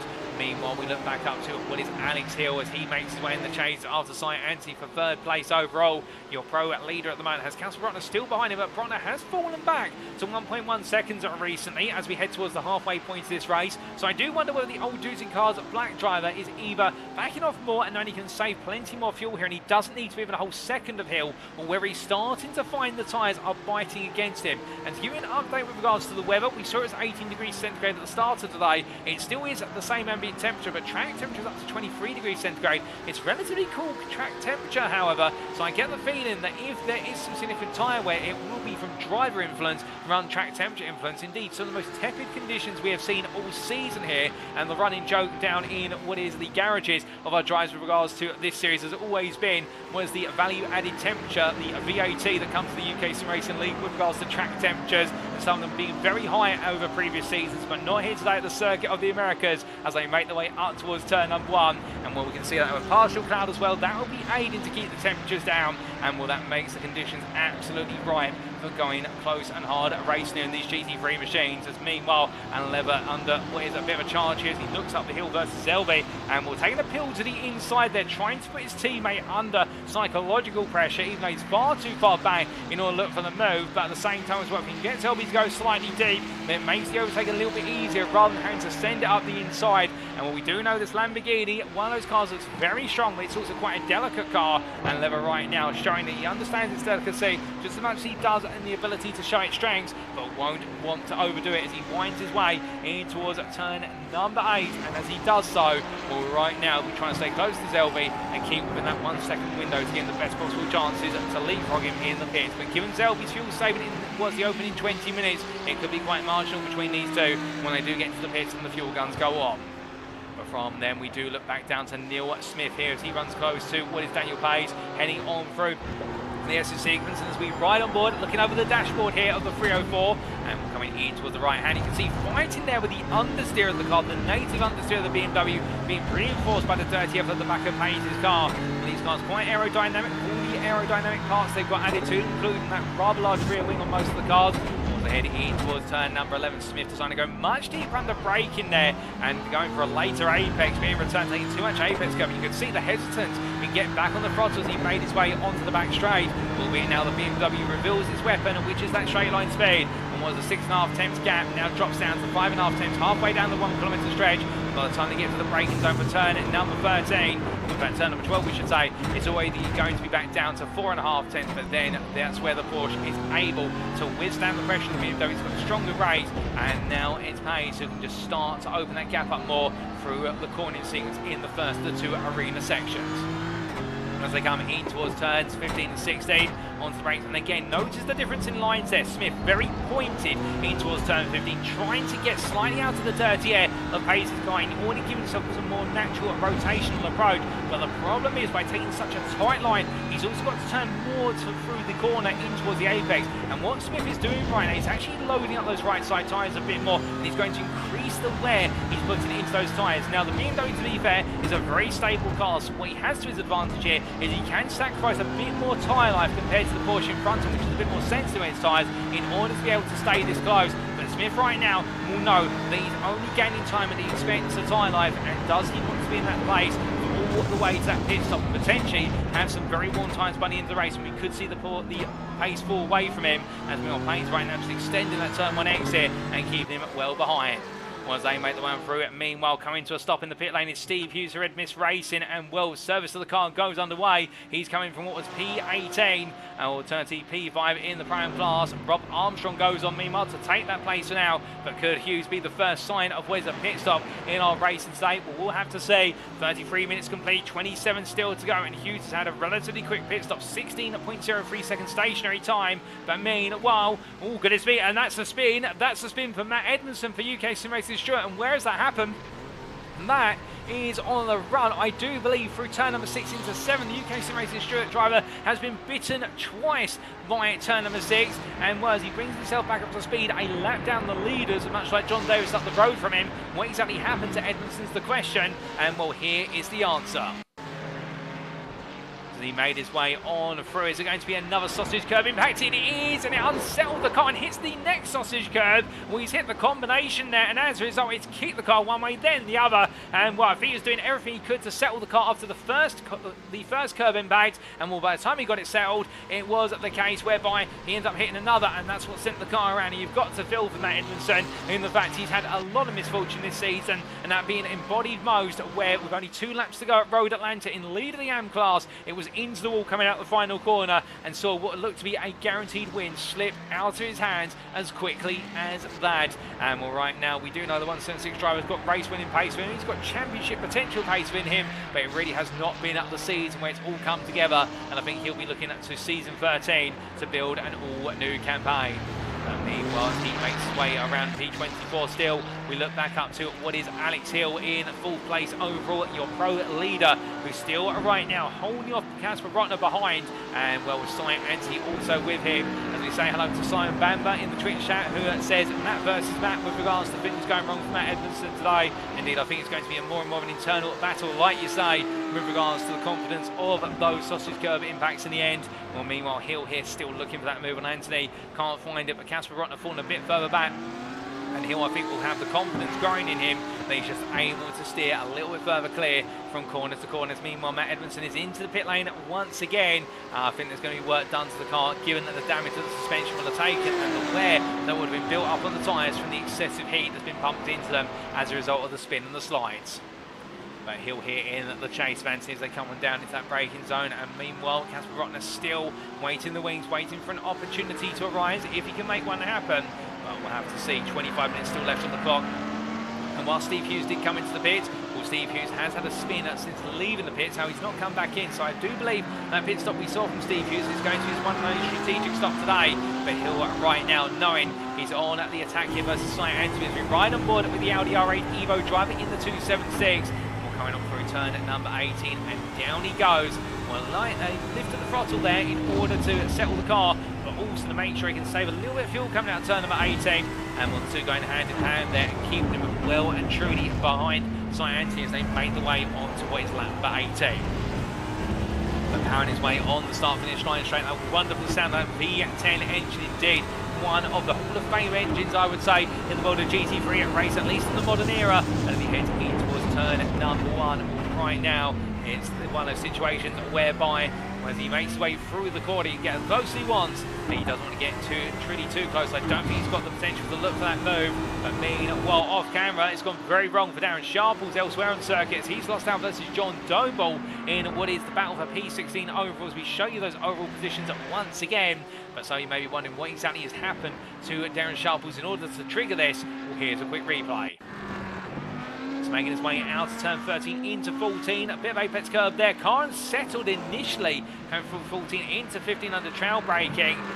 Well, I think the rear of the car is going to go around. It does indeed, and I suspect that might have been too aggressive a downshift as he tried to rotate the car through the apex, and in the end just causing the rear of the car to lift up with mid-engine rear-wheel drive, and each of those downshifts just kicking the engine, and with it kicking a bit of extra rotation into those rear tyres and sending the 777 car around. And well, he may be wishing for lucky sevens, but so far they haven't materialised today.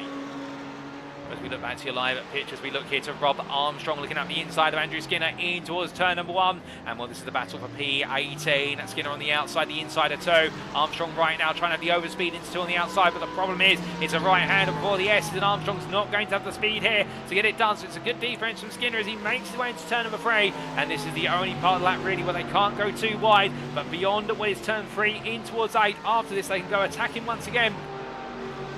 And Armstrong will look to do exactly that as he gets very close there, down into turn at number 7, thinking about moving to 8, trying to make Skinner think he's going to send it on the inside, but not to be. Skinner calls his bluff as they come through 9, up towards 10, 11 they go, but Armstrong's so close right now as they come through turn number 10, and we are right aboard the front bumper of the UKSimRacing at Mansell 45 machine as they head on to the anchors into 11, and well, Skinner's going to go very deep, and as he does so, this is going to be where that Mercedes is able to open up the tabs, and now in the toe, well, it's going to absolutely roar its way alongside surely. Well, Skinner's going to put the car in the middle of the road. Armstrong meanwhile's got to decide, does he go inside, does he go outside? He looks the inside, he's going to be pinned quite tightly. Meanwhile, Skinner now opens up the corner braking zone once again as they head on to the brakes here. Under braking they go, and as they do, Armstrong all in on the brakes, but a bit too deep, runs wide.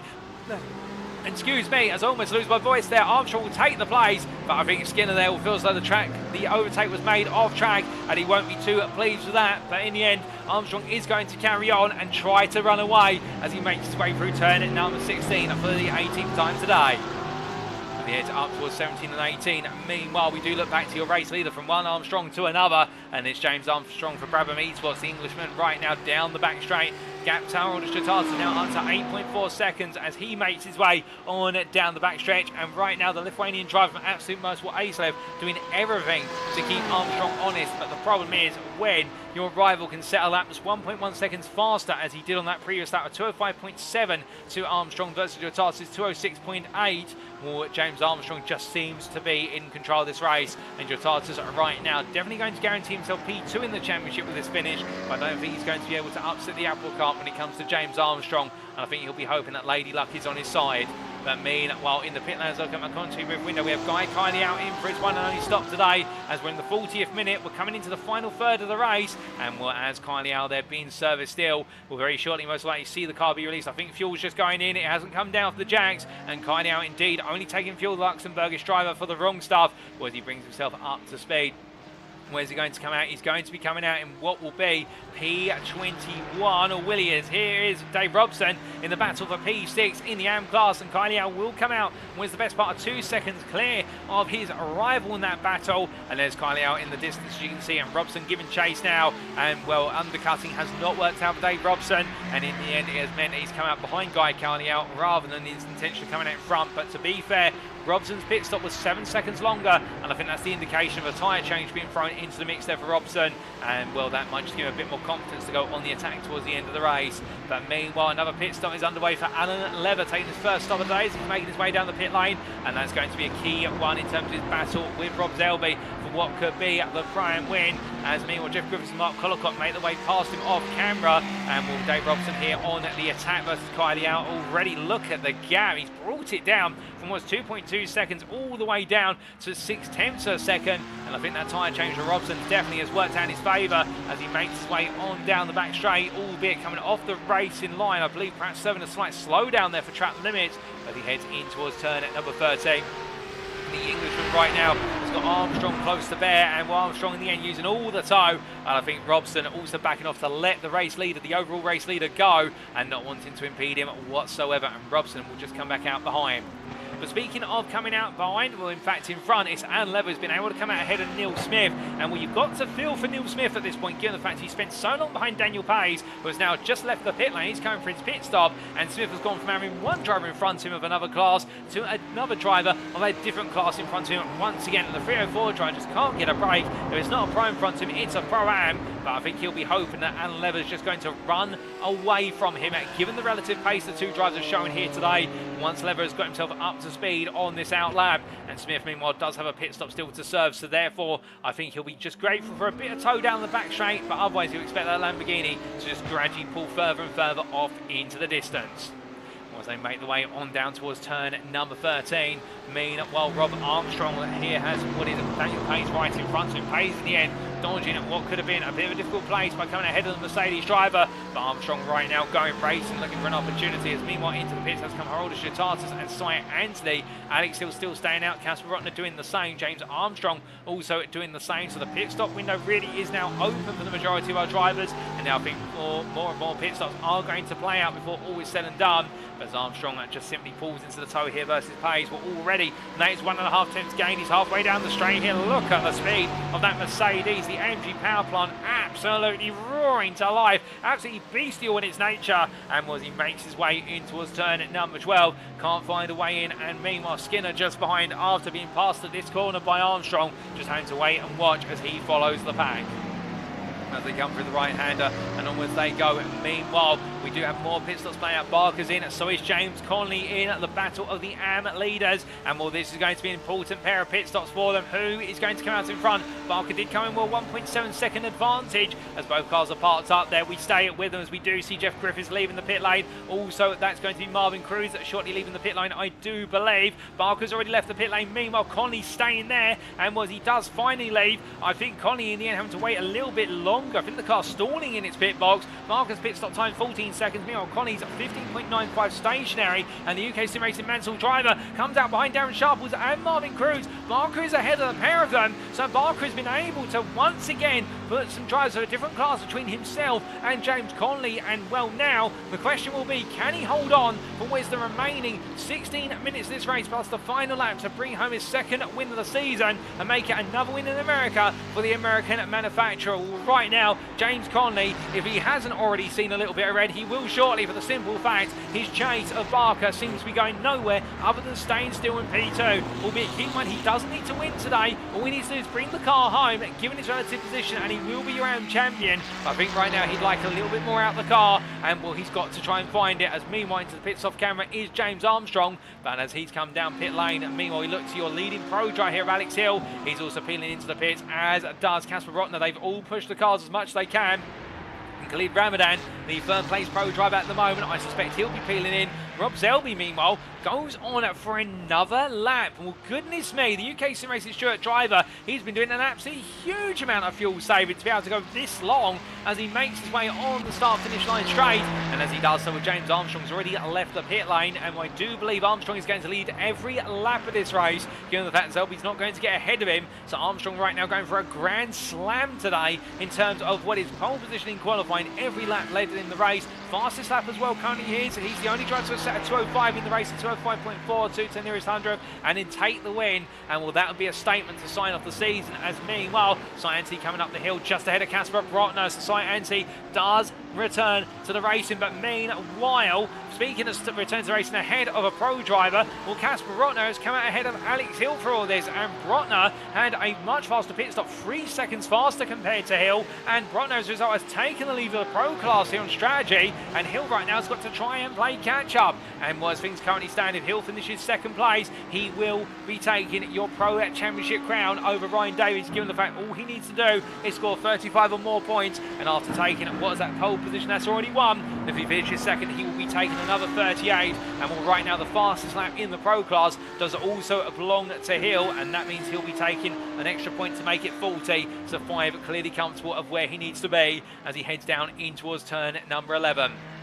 As he comes on through at the left-hander will mean, while we do look from Hill to what is, I do believe, none other than John Doble as he carries on. And well, he's made his one pit stop. He's P4 in the M class right now, and what is a very sturdy race here from the 77 driver. Henno Skinner, Kylie out, Robson and Davies, and well, not having too much pressure now confronting him whatsoever, given the fact he has got a comfortable gap to Skinner. That gap being in the region of what is, I do believe, 16 seconds, and Doble continue to extend it over his teammate from Tiki Simsport Kimi. But Tiki Simsport Kimi looking for a 4th and a 5th in the M class right here, and it'll be a good injection of points right at the end of the curtain for this championship.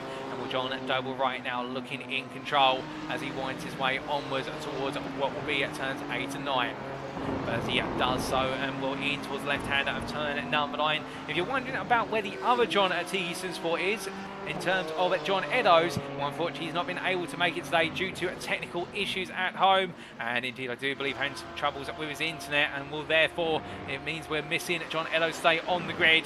But as we do look here to Haroldas Jotautas, the absolute motorsport ace of drive, one driver's definitely on the grid, and all go right now still trying to chase after James Armstrong, and that gap 7.7 seconds, but not able to bring it down. As meanwhile, Cy Anthony here, not in the fight for the top 2 place in the elite class, but just trying to hold on to the final overall spot of what is the podium. And as he makes his way on through in towards turn number 3, I think right now he's going to be feeling as though this race for him is starting to take a bit more of a comfortable turn, given the fact he's got a 2-second gap to Casper Rotner, and well, that gap is staying firm, if not increasing very gradually. But Rotner, meanwhile, has Alex Hill chasing after him, and the old dudes in cars, black driver, I think will be cognizant of the fact that Hill is closing little by little at the moment. He's already brought the gap down to 1.85 seconds, and well, the Audi driver from Tiki Simsport Kimi will not want to end this championship without a win as he makes his way in towards turn number 10. As he roars his way in towards the next braking zone, coming down into 11. Elsewhere on circuit, the DCW Racing at Porsche of what is Mark Collicott, currently P10 overall, P4 in at the Pro Class. If you show you the class standings on the left-hand side of your screen once again, and right now he's not really close enough to go chasing after Khalid Ramadan, and he's well clear of Daniel Pays. So I think for Mark Collicott, it's all about just trying to pick his way past some prams in front of it, including Jeff Griffiths, who sits only 3 tenths in front as you see the battle of the 2 Porsche drivers. And well, again, I noticed Collicott went much deeper under braking there in terms of his approach line, and look how close he's on corner exit. My goodness, halving the delta from 3 tenths to 1.5 tenths, and Collicott absolutely nailing turn 11. And well, Griffiths pulling to the inside. He's not going to back off, he's going to battle this. I think Collicott feels as though he can get this move done as they head side by side down towards the braking zone, and in the end Griffiths decided to back off 9, there's going to be no way through. But meanwhile, as he heads on through turn number 12, we've had an instant for Khalid Ramadan at turn 13, and the Sport driver has dropped behind Alan Lever, who was P7, or in fact has moved into P7 and taken it off of Ramadan. But as Ramadan makes his way out of what is turn number 13, well, in fact turn number 16, now let's get our numbers right. Such is the error that he's made that it's completely knocked all sense of our corner numbers out of our mind, and we get a quick replay to explain what exactly happened to the Sport driver. Making his way out to turn at number 12 and up towards 13 he went. I suspect here it might be a case of the rear kicking out, and indeed coming to a lot of speed, and that exactly how you can see the rear just started to come loose, going a bit deeper into the corner than he would like. And I think as he went down the gearbox, he expected too much to the rear tyres, particularly that rear left tyre, and well, the number 80 car just going around, bringing it back together from the grass, but still that's going to cost him a sizable amount of time. And we're right now knowing that Hill is 15 seconds up the road and Colossus is only 8 behind. Could we see a fight between them before all is said and done? Well, meanwhile, as we look here to always Dave Robson chasing after Guy Kylie Al for P6 in the AM class, and well, Kylie Al has had a recent off track that cost him the best part of 3 seconds, so Robson gets it closer and closer here in the chase of what will be the Luxembourgish driver, and Robson making his way on for return at number 13. And we ride on board the dashboard here of the Ferrari, the number 99 Ferrari from TE Sport Kimi, as he heads in towards turn number 16. Makes his way through the double right-hander at turns 17 and 18. Right now running a little bit deep there, the dirty out of the Porsche, definitely affecting the aero balance of Robson's car, and I get the feeling he may have quite a bit of rear wing running on this machine, and if so, that will explain why we saw a lot of understeer suddenly just being invoked going through 17 and 18, and with a nasty combination there. And that's the thing as well, when you run a lot of downforce on the car, and when you run into the dirty air, the offset in terms of the aero balance of the car can be very alarming, just in terms of how quickly the understeer element kicks in, and what he makes when the start finish straight, the gap back up to a second. And I think right now Robson having to think about how he approaches this in the remaining 9 minutes if he wants to take one more place in class and overall before all is said and done today. So he makes way out of 1 and in towards turn 2, Kylie now to 1.15 seconds clear, and seems to be gradually breaking away as they make the way in towards what will be the S's. Meanwhile, we look to Mark Collicott, who hasn't found his way past Jeff Griffiths. Still has Griffiths at 8 tenths behind, having made his way past the Pro and has the Pro. But right now, I think it's more of a formality in terms of gradually pulling away as they head in towards, turn number 17.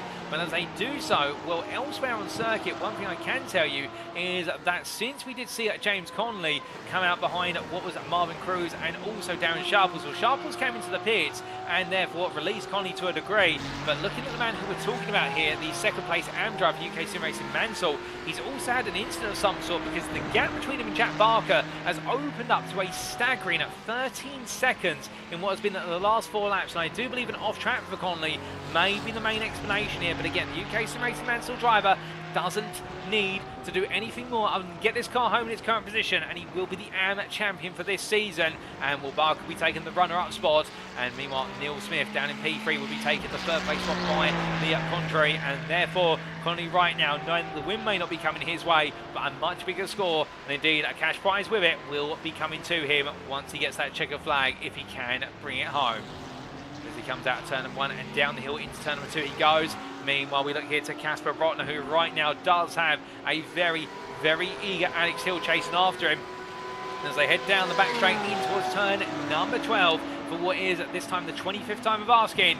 Well, the Danishman here, the gap was originally 2.2 seconds when he came out the pits after a much quicker pit stop compared to Hill, but right now the gap has been shrunk down to what is 8 tenths, and it is continuing to encroach upon what will be an opportunity for Hill to go racing right at the end. As they head on through turns 14, 15 in towards 16, Hill will now know he's into the dirty air zone, and once he's into that zone, he's now got to find his way past another wall in terms of the fact that he can reach that dirty air and get within 3 attempts. He may just be able to go attacking, but the problem is at this point as well, time life now is at a premium with only 7 minutes left, and most of our tries, it would seem, not to change tyres, or perhaps changing 1 or 2. What tyre life is there left, and also how many off-track side drivers picked up, how many instant points they have to spare, what they refer to as those tactical off-tracks, where they decide if they know a corner can be used to run slightly wide and gain, say, the 10th or 2 at the cost of an instant point without the risk of automated slowdown.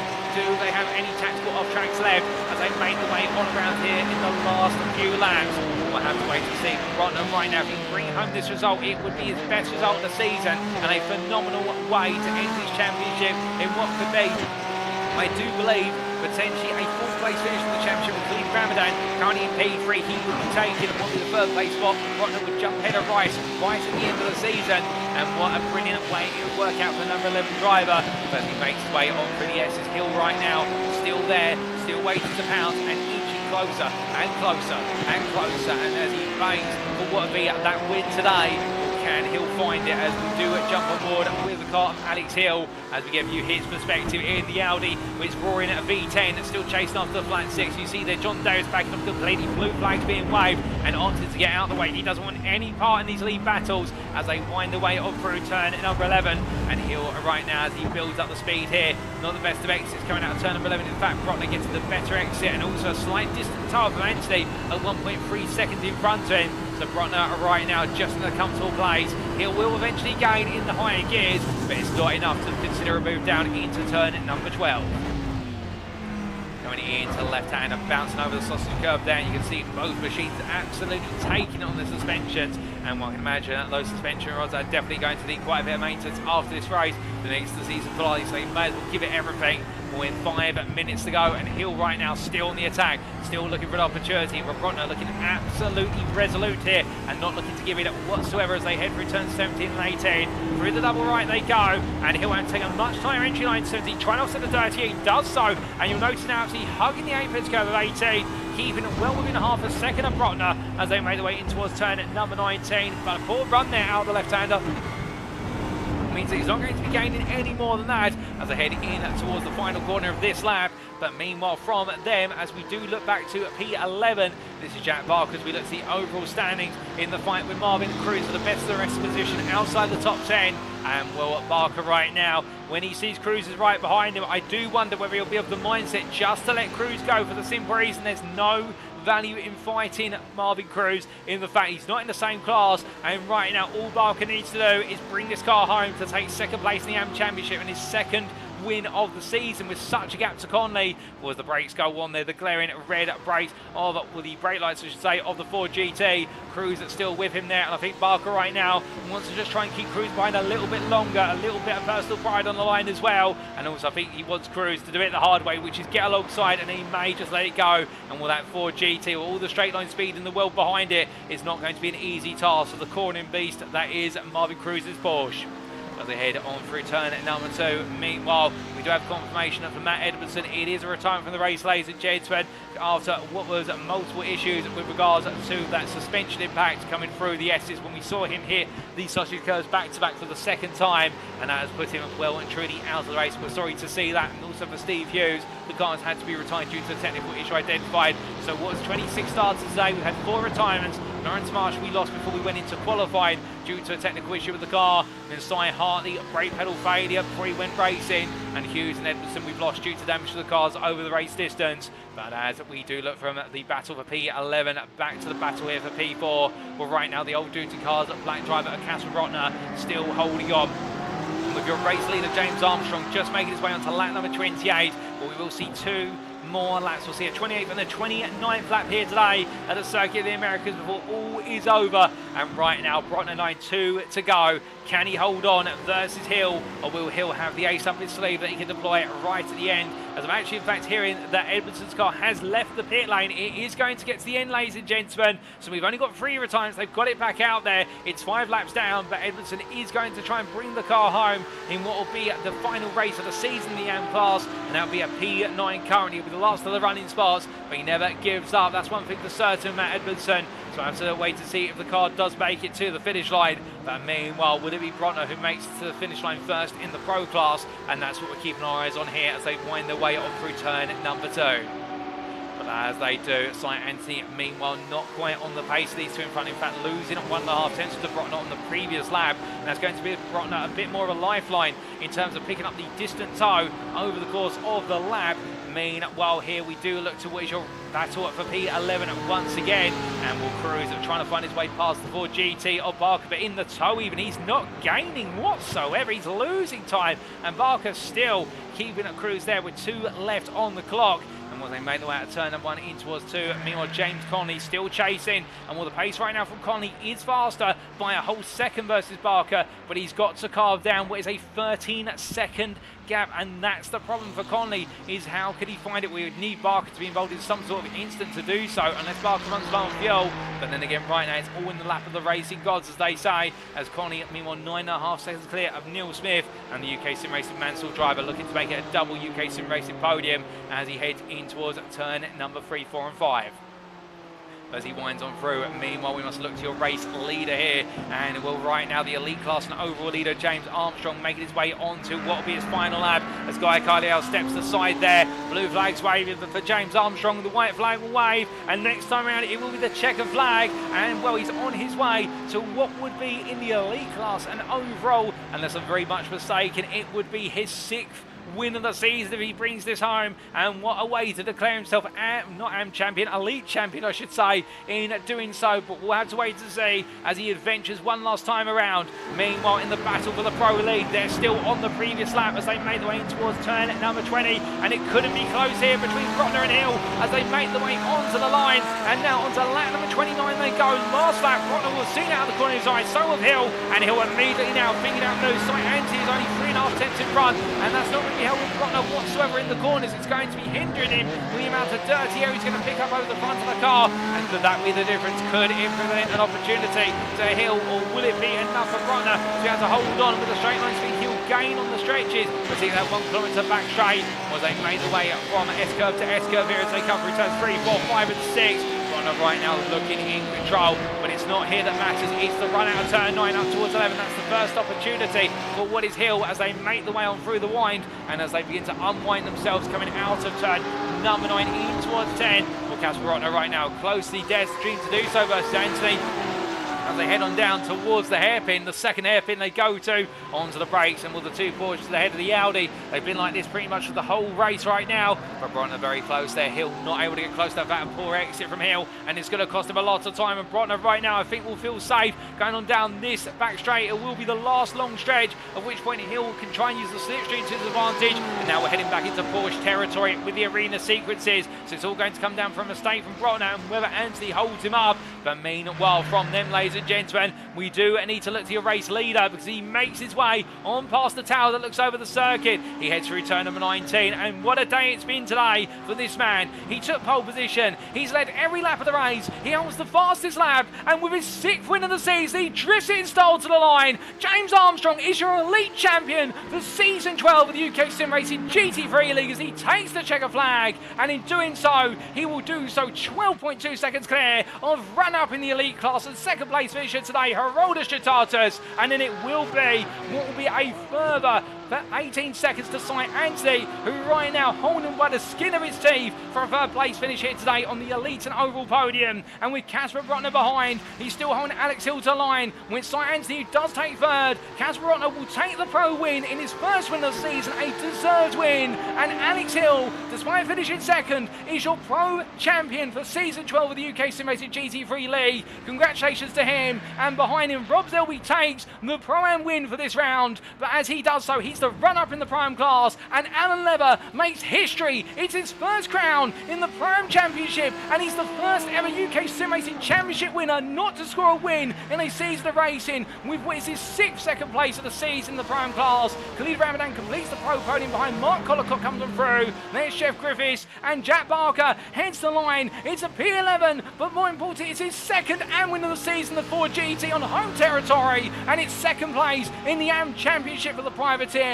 because as James Conley comes out the final corner, he went in tonight to the favourite, and he will be finishing P2 in the AM class, and it is a win in the championship for James Conley as he becomes your AM champion for season 12 as he comes across line in the number 46. Neil Smith will round off the 3rd place spot on the AM podium and wins a 3rd place finish in the AM championship, just missing out versus Barker by 2 points in the end in their brilliant championship battle. We've still got Daniel Pace to come to line, and the old Duty Cars black driver coming home P15 in the end. And then we do have a further, what is 7 seconds to Darren Sharples, who makes it P6 in the pro class, P16 overall ahead of John Doble, your 4th place finish in the AM class. Another great performance from the TT Slipsport Kimmy driver. And then it will be Rob Armstrong, who is your last finisher on the lead lap, taking P18 when all is said and done, and bringing the Mercedes AMG Evo home, P5 in the Pro-Am class ahead of Steve Hughes and Lawrence Marsh. Well, goodness me, ladies and gentlemen, what a season we have had of racing and was. Donuts have been getting underway in a few cars. I think I'm missing front bumpers already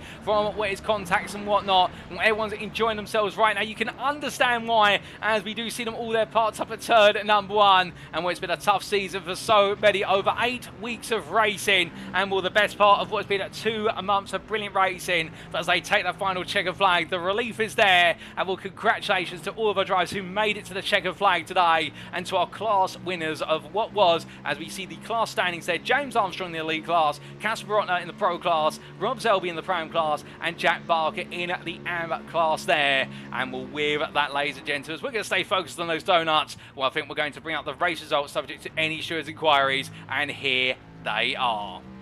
So after what was an incredible 60 minutes of racing here at the Circuit of the Americas, we got to see a James Armstrong dominance once again. The Brabham Esports driver taking home the win by 11.5 seconds ahead of absolute motorsport aces Haroldas Jotautas P2, and then your overall podium being completed by Cy Anzi P3 there for Symphony Esports. He was only half a second in ahead of your pro winner Casper Brotner, taking his first pro win of the season. Is only his second podium in the end for the Old Duty Cars Black after his third place at Sebring. But what a fight between him and Alex Hill, and it was all done the strategy and in the pit stops, with the Tiki Simsport Kimmy driver second place in the pro class, but still becoming your pro champion with the absence of Ryan Davies today, and therefore scoring enough points to overhaul him.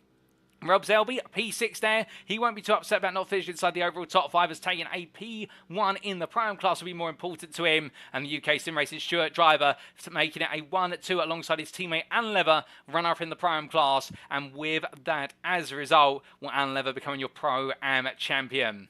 Khalid Ramadan, P8, as the Somsport driver rounded off the Pro podium, and with that third place in the Pro Championship ahead of Mark Collicott, with the DCW Racing driver being followed up by Jeff Griffiths, who completed your top 10 there. And I do believe for Jeff Griffiths, unless I'm very much mistaken, that result being, excuse me, ladies and gentlemen, that result being his second podium of the season, with his first podium coming at Okayama in the prime class and another P3 to his name. Jack Barker, P11 overall, your AM winner for today, the privateer, and that's his second win of the season after Sebring. They seem to come on American soil, and he's absolutely pleased with that, and making him second place in the AM Championship ahead of Marvin Cruz, with the Old Dudes in Cars Blue driver having a difficult qualifying session after doing all the hard work in the race, but couldn't find his way past Barker at the very end. And then James Connolly, a second place in the AM class. We won't be too upset about that, because he has taken the AM Championship crown, and what a way he's done it today. Indeed, this season, he has been consistency and pace in equal measure from the UKSimRacing Mansell driver. He took second place in the AM class and P13 overall ahead of teammate Neil Smith, who rounded off the AM podium. They have a 14th place finish overall, and he'll be taking P3 in the AM Championship for UKSimRacing Mansell. And your top 15 being completed there by Old Dudes in Cars at Blacks, Daniel Pays, ahead of the sister team for Old Dudes in Cars, the Blue Outfits, Darren Sharples. Your top 20 was completed by what was the combination of John Doble, Rob Armstrong, those two finishing on the lead lap P17, P18, and then finishing a lap down Andy Skinner and Guy Kyliau. 2 laps down it was John Davies in P22, and in fact, we do see there what was Dave Robson. Let's not forget him. Also a lap down P21 between Kyliau and Davies. And then Matt Edwardson, P23, making it to checkered flag, 5 laps down. But great to see UKSimRacing Stuart getting the wounded Ferrari back out there after the damage to its suspension, going through the S's. And then we did have the unfortunate retirements of Steve Hughes, 8 laps from the end, but he will be classified as a finisher, as he did complete over half the race distance for Red Mist Racing. And we had the retirements of Walter Cy Hartley and Lawrence Marsh for Tiki Simsport Car Marte and the Privateer outfit, and they will be non-finishers, or in fact, in the case of Lawrence Marsh, non-starters, as they did not make it to the end of the race, that checkered flag, or at least the halfway distance.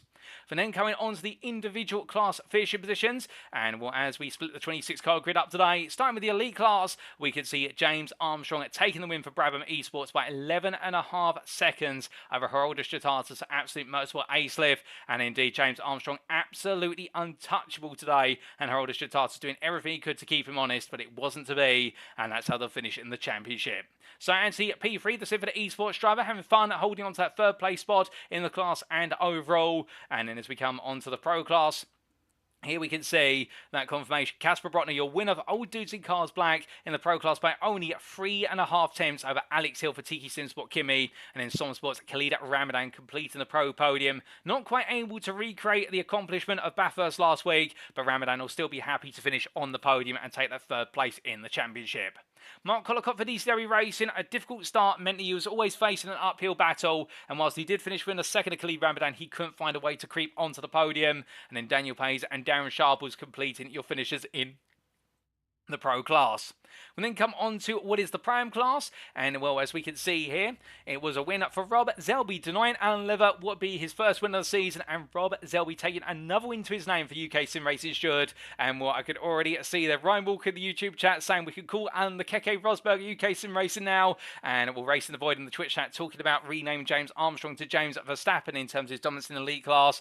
But coming back to what is the battle between Rob Zelby and Alan Lever, we see a budget racing noob there saying to, I believe, Rob Zelby, pleasure this season, mate, with regards to their championship battle. But in the end, Alan Lever, your champion, albeit with 6 second places and 2 third places, but not a win, versus Rob Zelby's, what was, I do believe in the end, and correct me if I'm wrong here, ladies and gentlemen, what has been 3 wins for Rob Zelby. But then again, the consistency of Alan Lever has been absolutely unstoppable. Then it was Jeff Griffiths, P3 there, and well, what a drive from the Built Visible Racing driver today, in the fact taking, what's that, 3rd place spot ahead of Marvin Cruz for Old Dudes in Cars Blue, and Rob Armstrong completing your top 5. We then did see Steve Hughes at P6, 8 laps down, but classified as a finisher for Red Mist Racing despite the retirement. And in the non-starter of Lawrence Marsh, bit of heartbreak there for the privateer, but we hope to see him on the grid in the next season of racing. And then lastly, coming to the AM class, and well, Sir Bottle Job, or Jack Barker in the Twitch chat, says there, Circuit of the American in brackets car. Indeed, it was today, as the privateer making its 2nd win of the season by 12 seconds over James Conley after that late pole position in the class, and never looking back despite the early race pressure.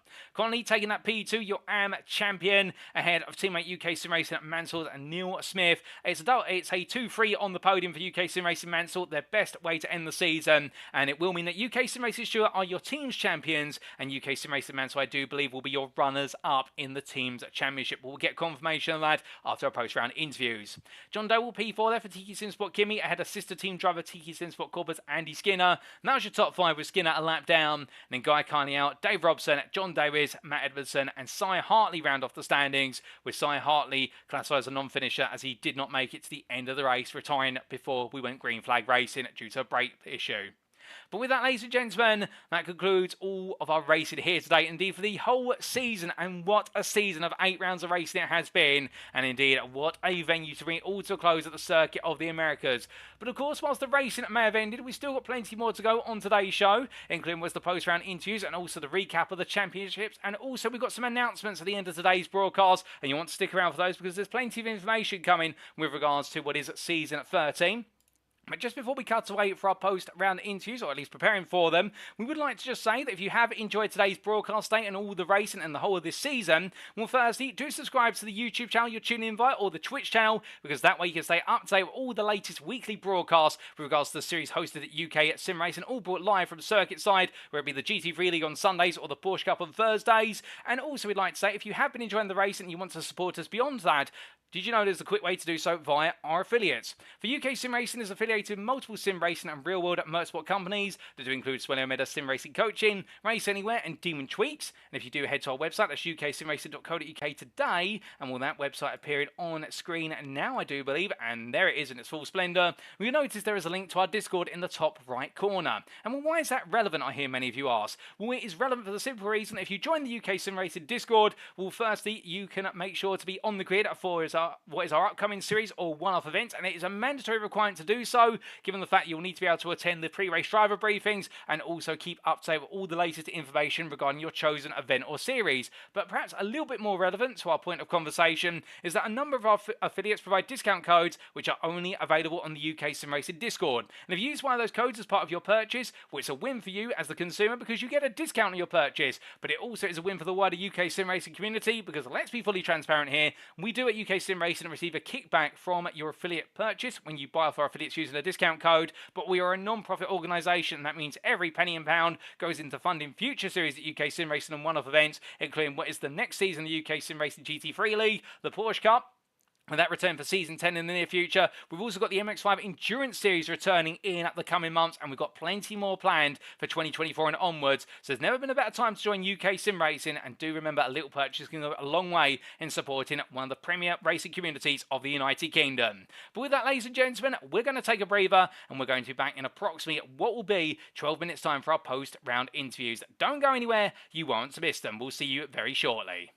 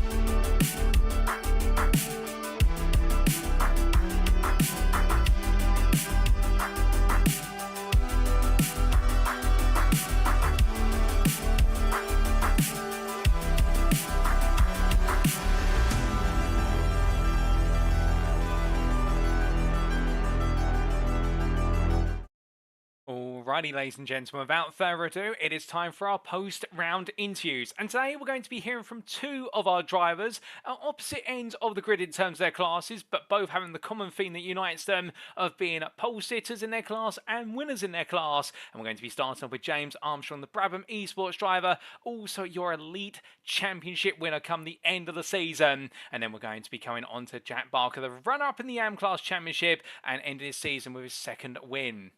But without further ado, joining me now, and nicknamed, I think, by some as James Verstappen, given his dominance today, and well, I'm sure he won't mind the nickname. Good evening to you, James. What a season for yourself, and firstly, let me say, congratulations on being our elite champion for Season 12 of the UKSimRacing GT3 League, with what is 6 out of 8 wins. I mean, how does it feel to have achieved that achievement and have such dominance? Yeah, it feels really good actually, yeah, to win nearly every single race, and I think if I didn't mess up in Suzuka and then have the qualifying ban for what was that track called? Okayama? Yeah, Okayama, could have been 8 out of 8, but yeah, 6 out of 8 is really, really good. Indeed, an absolutely staggering level of performance, but at the same time as well and truly deserved, putting in the practice week in, week out, as we saw. And I do remember coming to yourself at the start of the season, after your season opening win, to say about the Audi and why you chose it, and you were talking about the fact you felt very comfortable in the car and felt as though it was a performer, and we got to see you really get the most out of it here at the Circuit of the Americas. But how did it all feel today? Because of course there was technically no pressure on you other than get the car to the end of the race.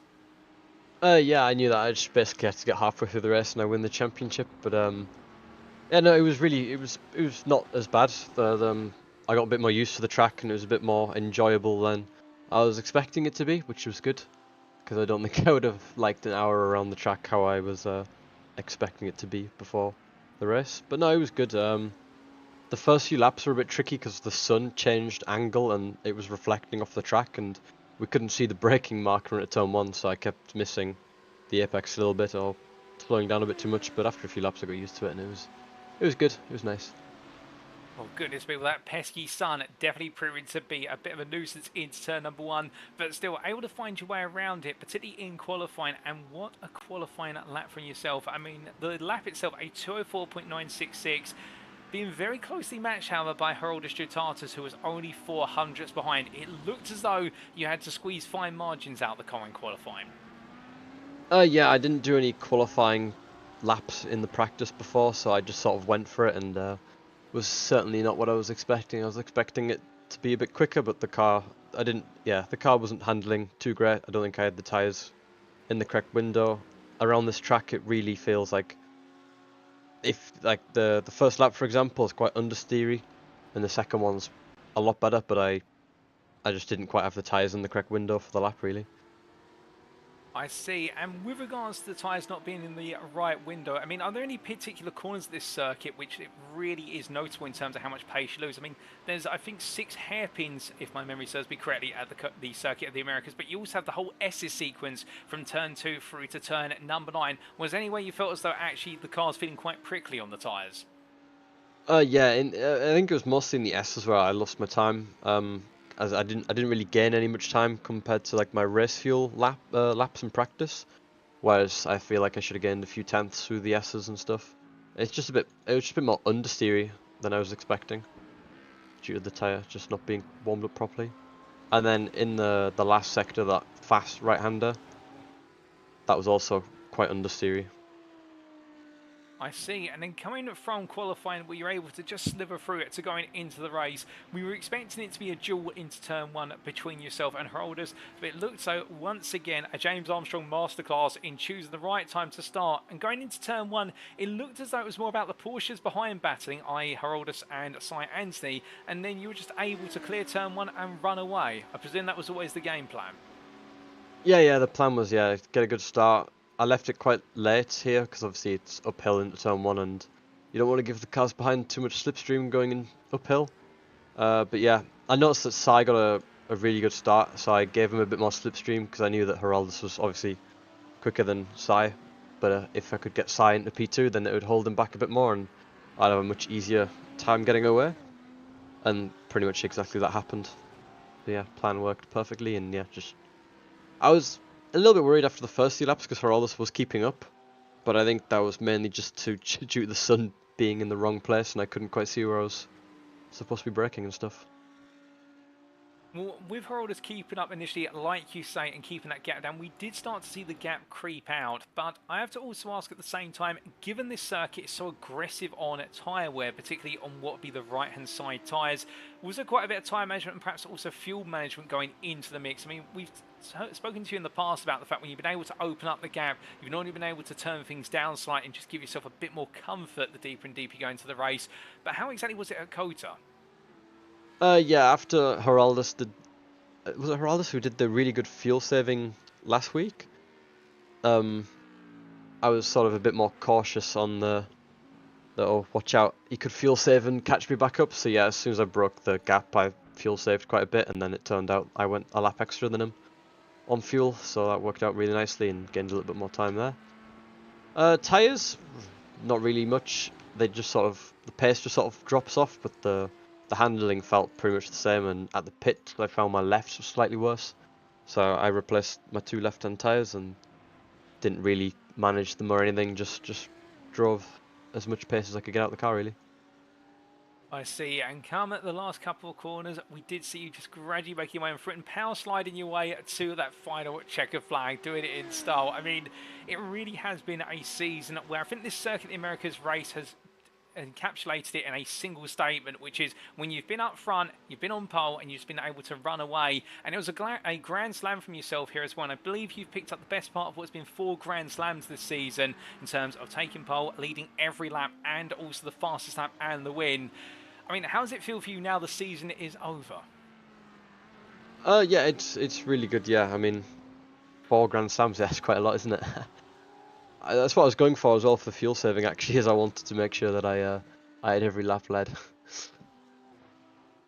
Oh, goodness. Well, having that in mind as well, and going for the records, indeed, you've set a few records this season when it comes to the elite class. I'm certain of that. And I guess the big question now is for yourself, James. I mean, being winner of this season, what's next for yourself and the team at Brabham Esports? For example, can we expect you back on the grid for season 13? But I'm sure there's plenty else out there you're planning.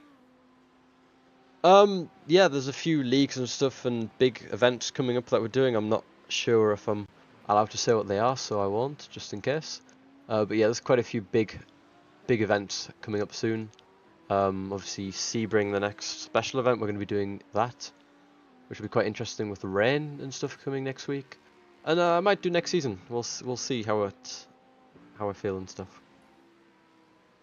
We would definitely love to have you on the grid for next season to see if you could defend your title versus your elite peers once again. And at the same time, we wish you all the best in your preparations for the upcoming events, which you're not allowed to talk about, and also the official iRacing at Sebring racing, particularly with rain on the horizon. And we'll more about rain later on, ladies and gentlemen, how it comes to this series. But James, just before we do let you go, is there anybody you'd like to give a shout out or a thank you to live on the broadcast today?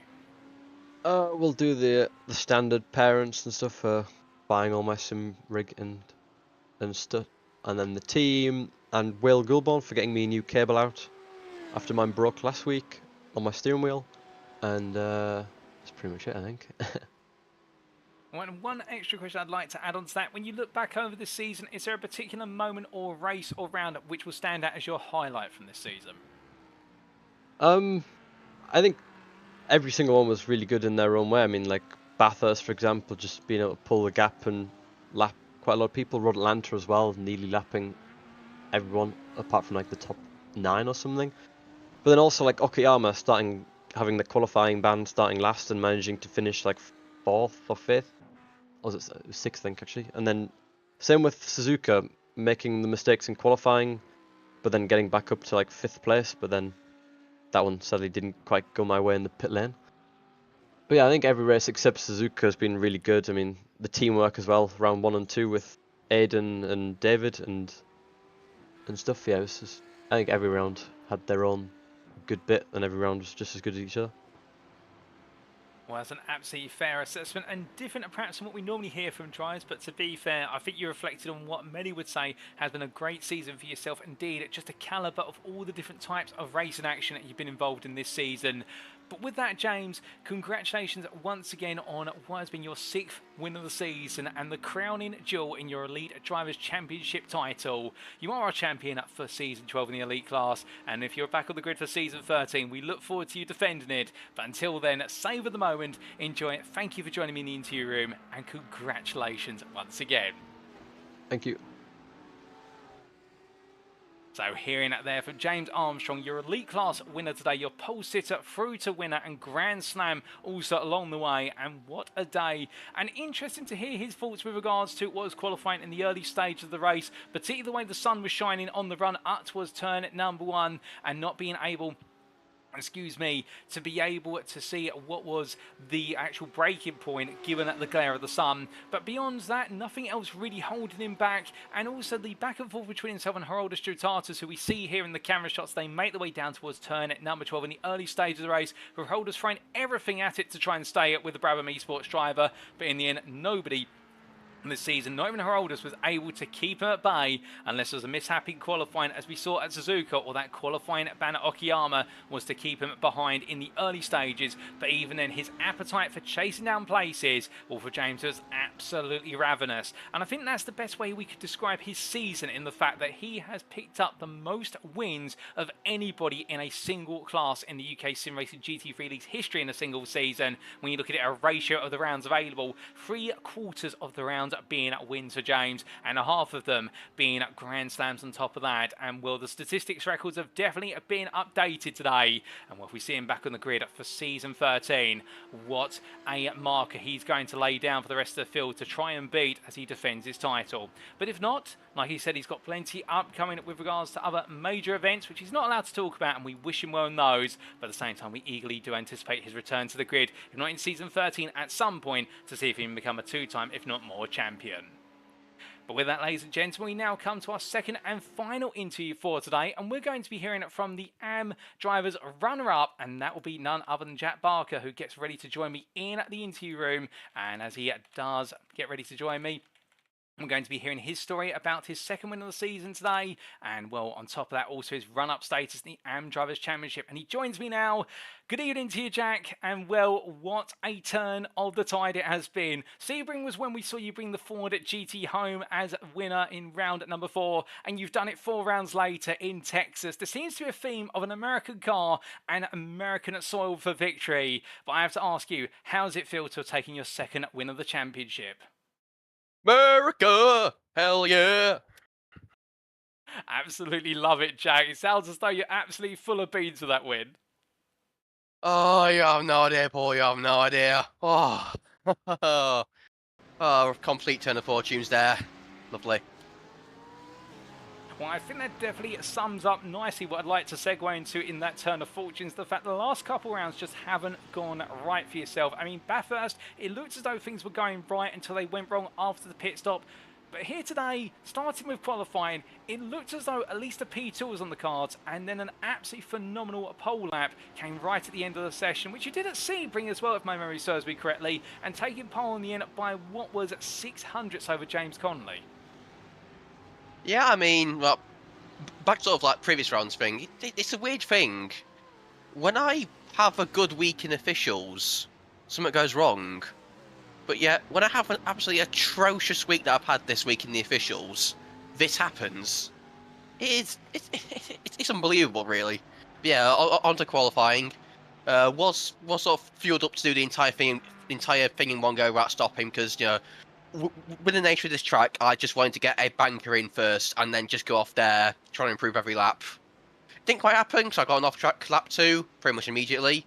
But those things happen, so I went back to the pits, touched Joe down a bit, and yeah, did that lap, or whatever it ended up being. I can't remember, to be honest. I just know I got pole. Well, indeed, it was quite the staggering lap in the end. I do believe it was a 206.7, just pipping James Connolly. But then coming onto the race, we saw at the start of the race, it looked like it was quite close between the two of you, albeit you went forward on the grid, and meanwhile James seemed to go backwards. And one of the key themes of the race seemed to be that every time James tried to get close, you were able to put another Pro-Am or a Pro in front of him to have to deal with. Was that always the plan, to try and keep some space, or is that just how it naturally played out? No, I didn't just how it played out, really. I mean, To be honest, like going to race, I was obviously not knowing how fast we were. Just after qualifying, I was sort of looking for not to sort of use both Connolly and Edmondson as sort of buffers between myself and then Davies and Smith behind, because those are the main two I'm going to be fighting in the championship. And yeah, it just so happened that we also got a fair few pros and pro-ams in there as well. Those with, I mean, think. I think the battles would have ended up the same as how they did anyway. Who knows? But before, just kind of a missile on the straight, just blitzed everything else on there, but then everything caught up in the corners. So I just had to defend in the corners and then buzz off on the straights. Yeah, it was a really fun and interesting fight throughout the race. I mean, I had loads of fights, particularly like in the middle and towards the end with Marvin Cruz in the pro-am class. Yeah. Ford go fast. Well, indeed, the Ford did go fast, but with regards to those battles, we did see on the first half of the race, particularly before your pit stop, you'd opened up a gap of about 4 seconds, and then it came down quite rapidly to about 1.5 seconds between yourself and Conley. Was there a bit of a worry that he might leapfrog you in the pits? I mean, sort of. Though, I mean, I think by that time I'd seen sort of Davis had a big incident at some point early on, and Smith was quite far back as well. Though in third after Edmondson had his issues. But yeah, I wasn't really concerned so much with losing the place to Connolly. I mean, it was always going to be nice to win, as I did, but I wasn't too concerned with losing the second to Connolly.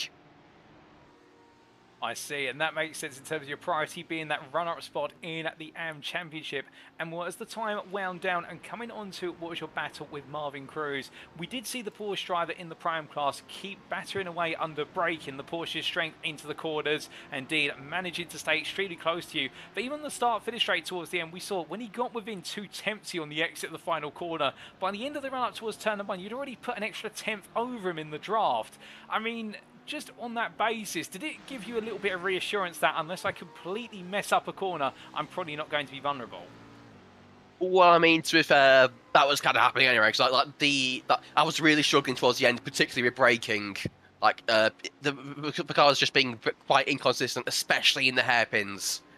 But yeah, was always sort of really fun, just knowing that as long as I don't really mess up, I can just. Even if we're side by side on the start of the straight, I can just go ahead. I can just get ahead of him because the force just so the car's just so set up for straight lines, and then particularly on main straight, I just then had to hold my line in the S's, just to keep him behind me, and then I have the massive straight on the back half of the back half of the circuit, which was even more time for me. I see, and well, with that speed you had, even though there was inconsistency under braking, you were able to bring home P11 overall in the end, and also your second win of the season, and more importantly, that runner-up spot in the AM Drivers' Championship. And I have to ask, how did it feel coming out the final quarter to know that you'd had another win to your name, but also taking up that runner-up spot, which I think you've been chasing for some time since the midpoint of this season? Yeah, I mean, look at the halfway mark. No. Coming into this season, I would have been happy with like a few podiums, whatever. I'm in the Ford, Ford. But like after the first half of the season, really chasing that championship, and then the next 3 rounds to just go atrociously. I think that P2 in the championship was what I was looking for, and yeah. Counting down sort of laps towards the end, I was literally just banning myself from even looking at how much time we had left on the board or how much fuel I had in the car. I had to trust I had the fuel and trust, that the time was ticking down, and then just focusing on every lap as they happened, not sort of losing focus and thinking about how long it's going to be until I come across the line to finish first. I just had to just maintain focus every lap, especially in those SS sections, because if I hit even one of those really aggressive yellow curbs in the S's, that was straight into the wall, straight to a toe, and that was the entire race over. Not just for P2 in Championship, but for the P5, I guess. So yeah, just lap by lap, full focus, get to the end.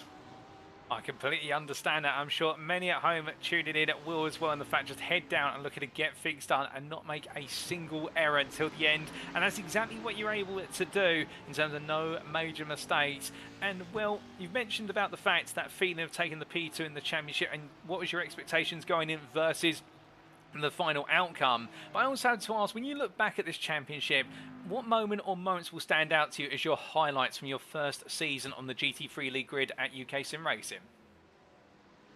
Well, I mean, that's actually quite a sure guess. I mean, the most obvious ones are going to be my win in Sebring and then my win here tonight. You know, we've been sort of the swan song for the Ford, you know, coming into next season with it being most likely dropped from GT3 competition from iRacing in general. You know, just not being sponsored by Bahrain. Yeah, but tonight was so good to have a final swan song for a car which I've loved for a while, but just never had the chance to drive. Yeah, other races, I guess, you know, for surprise from Daytona with my pace and how my strategy worked out. The resilience at Suzuka, having a lap one incident, having to pit lap one, taking an extra pit stop, and yet still coming through to third. Again, the resilience, even though mistakes happen, getting to the end of sort of Road Atlanta, Okayama, and Bathurst, getting those points still on the boards, which counted. So they may not have been the points I wanted, but there were still points which was put me into this position. And yeah, so battles with all the guys, Conley, Davis, Edmondson, Smith, Doble. It's just been so good throughout the season, the racing. Oh, indeed, and I think we'll echo that sentiment, how close it has been in the AM Championship, and in the end, you taking that second place over what was Neil Smith by only 6 points when everything is added up, and with John Doble and John Davies close behind, and Doble ahead of Davis in the end, based on result count back in the battle for P4. I mean, so close between the four of you. And now looking ahead to what lies in wait, I mean, season 13 is on the cards in just under a month's time. We'll be talking more about the start date of the season and come the end of this broadcast, ladies and gentlemen. But Jack, can we expect you back for season 13? Oh, absolutely. Absolutely. I mean, I'm gonna go out on a bold guess and assume I may not be in AM next season. Bold guess here, especially if I'm not in the Mimi Fords. So I'm expecting to be moved up a class, but no, I'm going back because I'm loving it. It's so much fun. The racing's amazing with all the guys. The organisers are great and organising everything, getting stuff out. But yeah, it's sort of my highlight of the week, really. So yeah, definitely gonna be back. Oh, that's absolutely brilliant to hear. And well, can we know what you're bringing, given the fact, as you alluded to, we're not going to be seeing the Ford on the grid in the rain by looks of things. Have you already made your mind up as to what your car's going to be, or is that top wraps and top secret? Well, I mean, it'll likely be the Porsche, but it'll depend on how all the cars feel when I do some testing during the test drive periods. Like, aside from the Merc, I don't own any of the cars, so it's just going to be down to how they feel in the test drive sessions. But yeah, based on this season, probably the Porsche. I see. And well, with that in mind, one last question before we do let you go, Jack. Is there anybody you'd like to, beyond the individuals you've just mentioned, is there anybody else you'd like to give a shout out or a thank you to live on the broadcast tonight? Well, I mean, obviously, like to give a shout out to yourself, Paul. You've been amazing all season. Yeah, top quality broadcasting, top quality commentating. Yeah, just amazing all round. I mean, I know there thanks somebody. Massive thanks to the organisers and the stewards, particularly Matty, who's been sort of in the head organiser for all this, done an amazing job, and is going to be stepping down in this race. Yeah, it's been a great season that he's led. Great season by the team, the stewards, and yeah, all the drivers who I mentioned before, for just an amazing fight all season. Well, indeed, it has been absolutely amazing, like you say, Jack. And to be fair, you've been part of what's led to us transcribing amazing against this season in the record books of the UKSimRacing GT3 League And well, with season 12 coming to a close, there's only one thing to me to say, and that is congratulations on being our runner-up in the AM Drivers' Championship. Well deserved, and particularly bringing the Ford GT, and like you mentioned, giving it its final rest before it may be put to its retirement. And still, we look forward to seeing you back on the grid in season 13, and whether it's in the Porsche or another one of the machines eligible, we look forward to seeing you mixing up, whether it's in AM, Prime, or any of the other classes, and we can't wait to see how you get on. But until then, thank you very much for joining me in the interview room. Congratulations once again on your win today. Enjoy it, savour it, and we'll see you back on the grid soon. It's been a pleasure, Paul. Have a good one. So hearing it there from Jack Barker, the AM privateer in the Ford GT, absolutely ecstatic with his second win of the season, and even more so with the AM Drivers' Championship run-up title, in the fact he may not have beaten James Conley in the end, with a couple of moments of inconsistency over the season blighted him, and indeed a few wins going astray, but at the same time having so many positives to talk about, not just the 2 wins, but also the recovery drive over the course of the season that he's had to make on a number of occasions, where it be the extra pit stop to third place at Suzuka, where he could have been out of the running after an early instant with race leading pace, but still kept his head down and took third place after doing one more pit stop compared to everybody else. Or alternatively, what were the performances at, say, Daytona, where he got to see the pace in the Ford GT for the first time. And well, Jack, really the embodiment of it's not what car you drive, but it's how you drive it, and doing exactly that, the privateer in the 163 all season long. And well, by looks of things, with the Ford not being eligible to be in wet weather conditions based on the information we've been given by iRacing in the build up to the upcoming rain update, he's going to be looking at taking the Porsche on. But whether he goes to the German mark or another one of the available GT3s, one thing's for certain is he's going to be giving it his all on his return and looking at to go one step further and become drivers champion in his nominated class in the next season. And we look forward to seeing how his journey continues. And well, as he makes his way down the back straight that off into the distance, we let him go, and indeed we now come to what is our third and final interview, ladies and gentlemen, because we've got one more very late interview, and it's going to be from none other than Alan Lever, who gets ready to join me in the interview room. And as he does so, we're going to be hearing the story of the man who has taken the Prime Drivers' Championship crown without a single win, but only podiums over the course.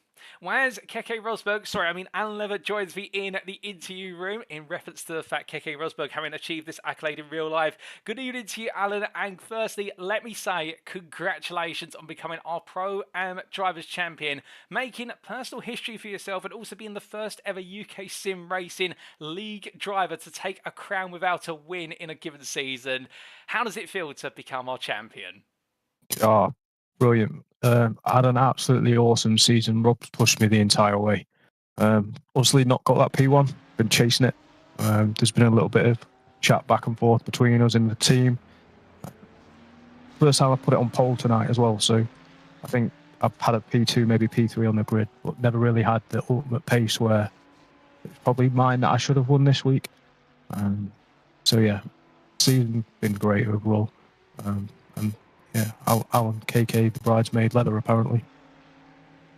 Well, still, I think many will say that whilst you didn't take a win, you've had a winner's performance all season for the simple reason your consistency is to be envied by everyone. Even your teammate Rob, I think, will be envious in the fact you've never once stepped outside of the podium and finishing position. In qualifying, you've never stepped outside of the top 3 in terms of pace. I mean, dialing this all the way back, going into this season, did you expect to have such a consistent record? I think I've always been fairly consistent pace-wise. So I've ran in the pros when we had 3 classes a few seasons back, before a little spell with the stewards. And I was always probably consistently in the sort of 8th to 10th, so never there on raw pace. I think where the split's gone suited me. So the split probably went around where my pace was, which has been nice fighting towards the front end rather than towards sort of the mid-pack. Obviously comes with different pressures. And then Chris, at the beginning of the season, obviously missed the last few races. Hasn't made it, but he was flying. Yeah, just the raw pace that he had early on. And then obviously towards the back end of the season, we've had Rob pushing me and Marvin absolutely flying. Oh, without a doubt. If it weren't Chris who was leading the way at the front with dominant pace and you having to give chase, like you say, you always had the pressures of Rob and Marvin Cruz, both keeping you honest all the way. And coming to here today, as you mentioned, your first pole position of the season, and we've seen you put together some absolutely phenomenal laps in the Lamborghini Huracan since day one, and it looks so in qualifying you were completely dialed in at a circuit that many would say is impossible to get right. Yeah, so I messed up the S's on my last lap. I bottled on my third lap, decided I'd go out with a really short tank of fuel and put the last one in. And I was 3/10 down in the S's, which at that point I decided I was going to leave my right foot a little bit lower than I had every other lap. So I probably drove a little bit harder than I have been doing, and clearly that's where the time was. And the car stuck, which was really nice. And obviously beating Rob put a little bit of pressure on him then, knowing that he had to beat me by a few places, which is what I wanted to do, and it take that bonus point away, because I knew if we ended up tied on count back, because I'd not won anything, he almost had that free place. So taking pole gave me that sort of extra position buffer going into the actual race. Well, indeed, and coming into the race, we saw you start on the third row of the grid at P6, your highest overall qualifying position as well. And going through the opening couple of laps, we did see a bit of diciness between yourself and Rob, and it looks as though the two of you were both trying to fight over who was going to be the lead driver, albeit Rob initially decided to back off and do quite a bit of fuel saving behind you, and then around 20 minutes in, starting to leap. Yeah, so I think Rob probably had the same thoughts as me. There wasn't really anything in front of us, and we had a little bit of a buffer back, so the time we were losing fighting was sort of negligible, and it was nice to try and, I don't know, if I could have got another car in between us. Because obviously Khalid was there with us as well. I think we were holding him up quite a little bit early on, and then once we sort of strung out, Khalid leading, Rob in behind him. I was a little bit slower than them through the S's, but then quicker in the back part of the lap, so we were concertina in a fair bit, but staying as a pack. So yeah, it's fun. Those first few laps dicing with Rob trying to shuffle out was a good laugh. Oh, indeed, it was absolutely brilliant racing between the two of you. Firm but fair and hard racing, which is what we love to see. And when Rob did get in front, it looked as though then you were returning the favour of what was stick behind and fuel save, and it became a question of strategy. Albeit with the strategy playing out, it looked as though things were going to stay as they were going into the pits. Yeah, so we're in a line, and it's so hard to pass here. It's you need quite a big lap delta to make a move. And then not lose it down the following straight. So I thought I'd give him a flash. I'll drop in a couple of laps before I knew we would both run out of fuel. And hopefully he either gets held up or they trip over each other and I can get a decent out lap. Wasn't great, but I did come out in front of Neil, which was handy because it gave me some free air. And then obviously after the stop shook out, and I think it was 3 seconds that Khalid came out, and I knew that Rob would have saved more. So yeah, that was pretty much me done. I wasn't going to catch him at that point. Well, unfortunate at the end, but still, it did mean that you had a comfortable run to P2 all the way to the finish in the class, and we'll bring it on home in those final few quarters. We saw some pressure continue to be mounted on you by Khalid, but it was not as though he was going to get close enough at the end. So it meant you could take your time coming out the final corner, and I have to ask, how did it feel to know that you're going to be taking the championship as you saw that final checkered flag? Yeah, it was great. Obviously, the chatter in the group's been that I had that little bit of a buffer, but I think we genuinely knew that Rob's going to be quicker. We expected Marvin to be up there as well. So there was a buffer, but the likely way we would have shaken out probably put us quite close, which the championship shown it, and it did. So yeah, getting to the end, not having had any issues, and having that time buffer and not having to fight with anyone the second half of the race after the stops was. It was nice. I'd settled in the last 2 laps. I think I lost 3 seconds to Rob on the last lap where I was driving like Miss Daisy to the shops. So he did his fastest lap and stole it on the last lap. So 2 very contracting styles for the last lap. But yeah, brilliant to get over the line, brilliant to win it. Oh, no doubt about it, and absolutely well deserved. And I mean, it's a double victory for yourself and indeed for Rob, given the fact that you both part of the UKSimRacing shirt team. It does mean the team are teams champions for this season. And well, it has to be said, the two of you have put together a brilliant string of double podiums, multiple 1-2s as well. I mean, the mood in the camp must be absolutely ecstatic right now. Yeah, we was in the chat afterwards, have a good laugh. Well, apart from Matt, who's obviously alluring to himself. It's great pace, and then losing to Matt, which nice. It's claiming everyone's been great this year in the team. Yeah, well. I do have to ask for yourself and the team, what's next? Because of course you are now our reigning Prime champion. Can we expect you back on the grid for season 13 with the wet weather on its way? I'm still TBC for this season. I don't know if work's going to drag me away. If I'm in country for the entire season, then I'll be back. If not, it'll be the next time that I'm around again. So yeah, hopefully I'm around. We'd definitely love to see you on the grid, but if not, we completely understand, and we'll look forward to the day when you are able to make it back onto the grid. But Alan, just before I do let you go, I do have to ask, is there anybody you'd like to give a shout out or a thank you to live on the broadcast tonight? Yeah, we'll keep with the theme. So yourself, obviously, every week you've done it for a few seasons now, and it's absolutely great watching it back. I'll get off the rig in a second and I'll stick the stream on with a cup of tea and watch it through, because you end up in your own little bubble with no idea what's going on everywhere else. Matty, so like what Jack said, has been absolutely brilliant the last few seasons. So thank you very much to him.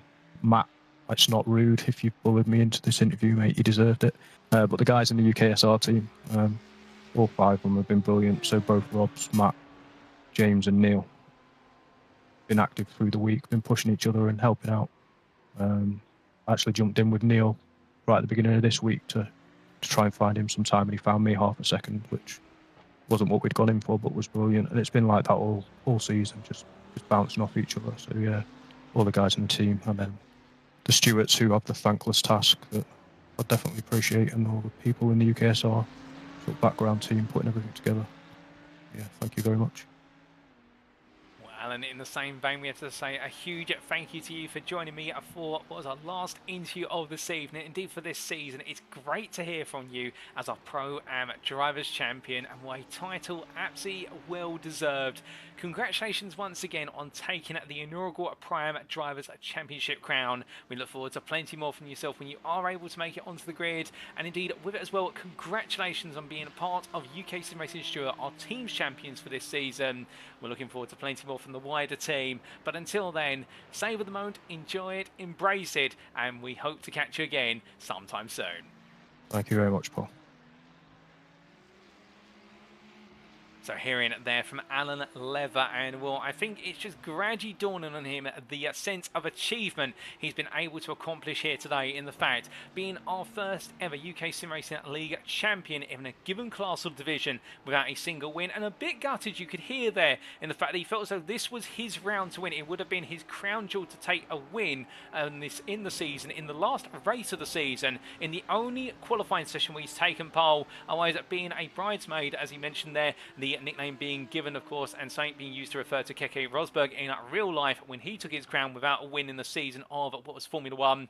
But indeed, for Alan today, I don't think he deserves that accolade of being a bridesmaid. I think he deserves the true championship status for the simple reason that whilst he may be ribbed about it, show us another driver on the grid this season, perhaps bar James Armstrong, the elite champion, who was able to string together this level of consistency, in the fact in a class that was so closely matched over the course of the season and the rivalries, and yet Alan did not for any major hurdle, and that is why he's been able to take the crown by what's been a close-knit margin versus his teammate Rob Selby of 10 points. But in the end, his combination of 6 second places and 2 third places absolutely seeing him charge to victory, and well, with it being a major foundation for UKSimRacing Stewart's championship title in the team's championship, and if he's not able to make it onto the grid for season at 13, we'd very much like to see him back in a future season to see if he can do it again, whether it is in the Pro-Am class or a higher class. But either way, for Alan, a deserved title, and well, I think you'll all join me in congratulating him. And also with it, it is now time, ladies and gentlemen, for us to wrap up our interviews, because we have heard from our 3 drivers today, and those are 3 final interviews, starting with, of course, what was James Armstrong in the elite class of Brabham Esports, our elite drivers champion, winner and Grand Slam driver today. Head of Jack Barker, who we then had in the AM class, our AM drivers runner-up and the class's winner. And then we just heard from second place finish in the Pro-Am class and your Pro-Am drivers champion, UKSimRacing Stewart's Alan Lever. Congratulations to all 3 of our drivers for their results today and also their accolades over the course of the season, and thank you very much to them for joining me for the final set of interviews for this season. But with that, it is now time for us to give you an update on the Provisional Championship standings after what has been, well, 8 rounds of absolutely incredible racing, and well, here we are. Because as we can see in the elite class, first and foremost, James Armstrong, your championship winner in the end by 23 points for Brabham Esports over absolute motorsport ace Haroldas Jotautas, who in the end a valiant runner-up, and the two of them well clear of the rest of the field. With Jack Taylor P3 in the end ahead of Alex Millward, the TC Sport Tyre driver holding off the Effect Simulations driver, and Reece Saunders completing a top 5 for Altitude Esports. Daniel Shilcott P6 for Tractics Racing ahead of Symphony Esports' Cy Anthony, who in the end found his way to P7 when all was said and done. Then Eric Rose of Helder Gonçalves and Aidan Neat completing your top 10, with David Sabero P11 for Brabham Esports Hissing Sid, ahead of Gavin Gardner for Next Gen Racing, and Yanis Aubert completing the championship standings.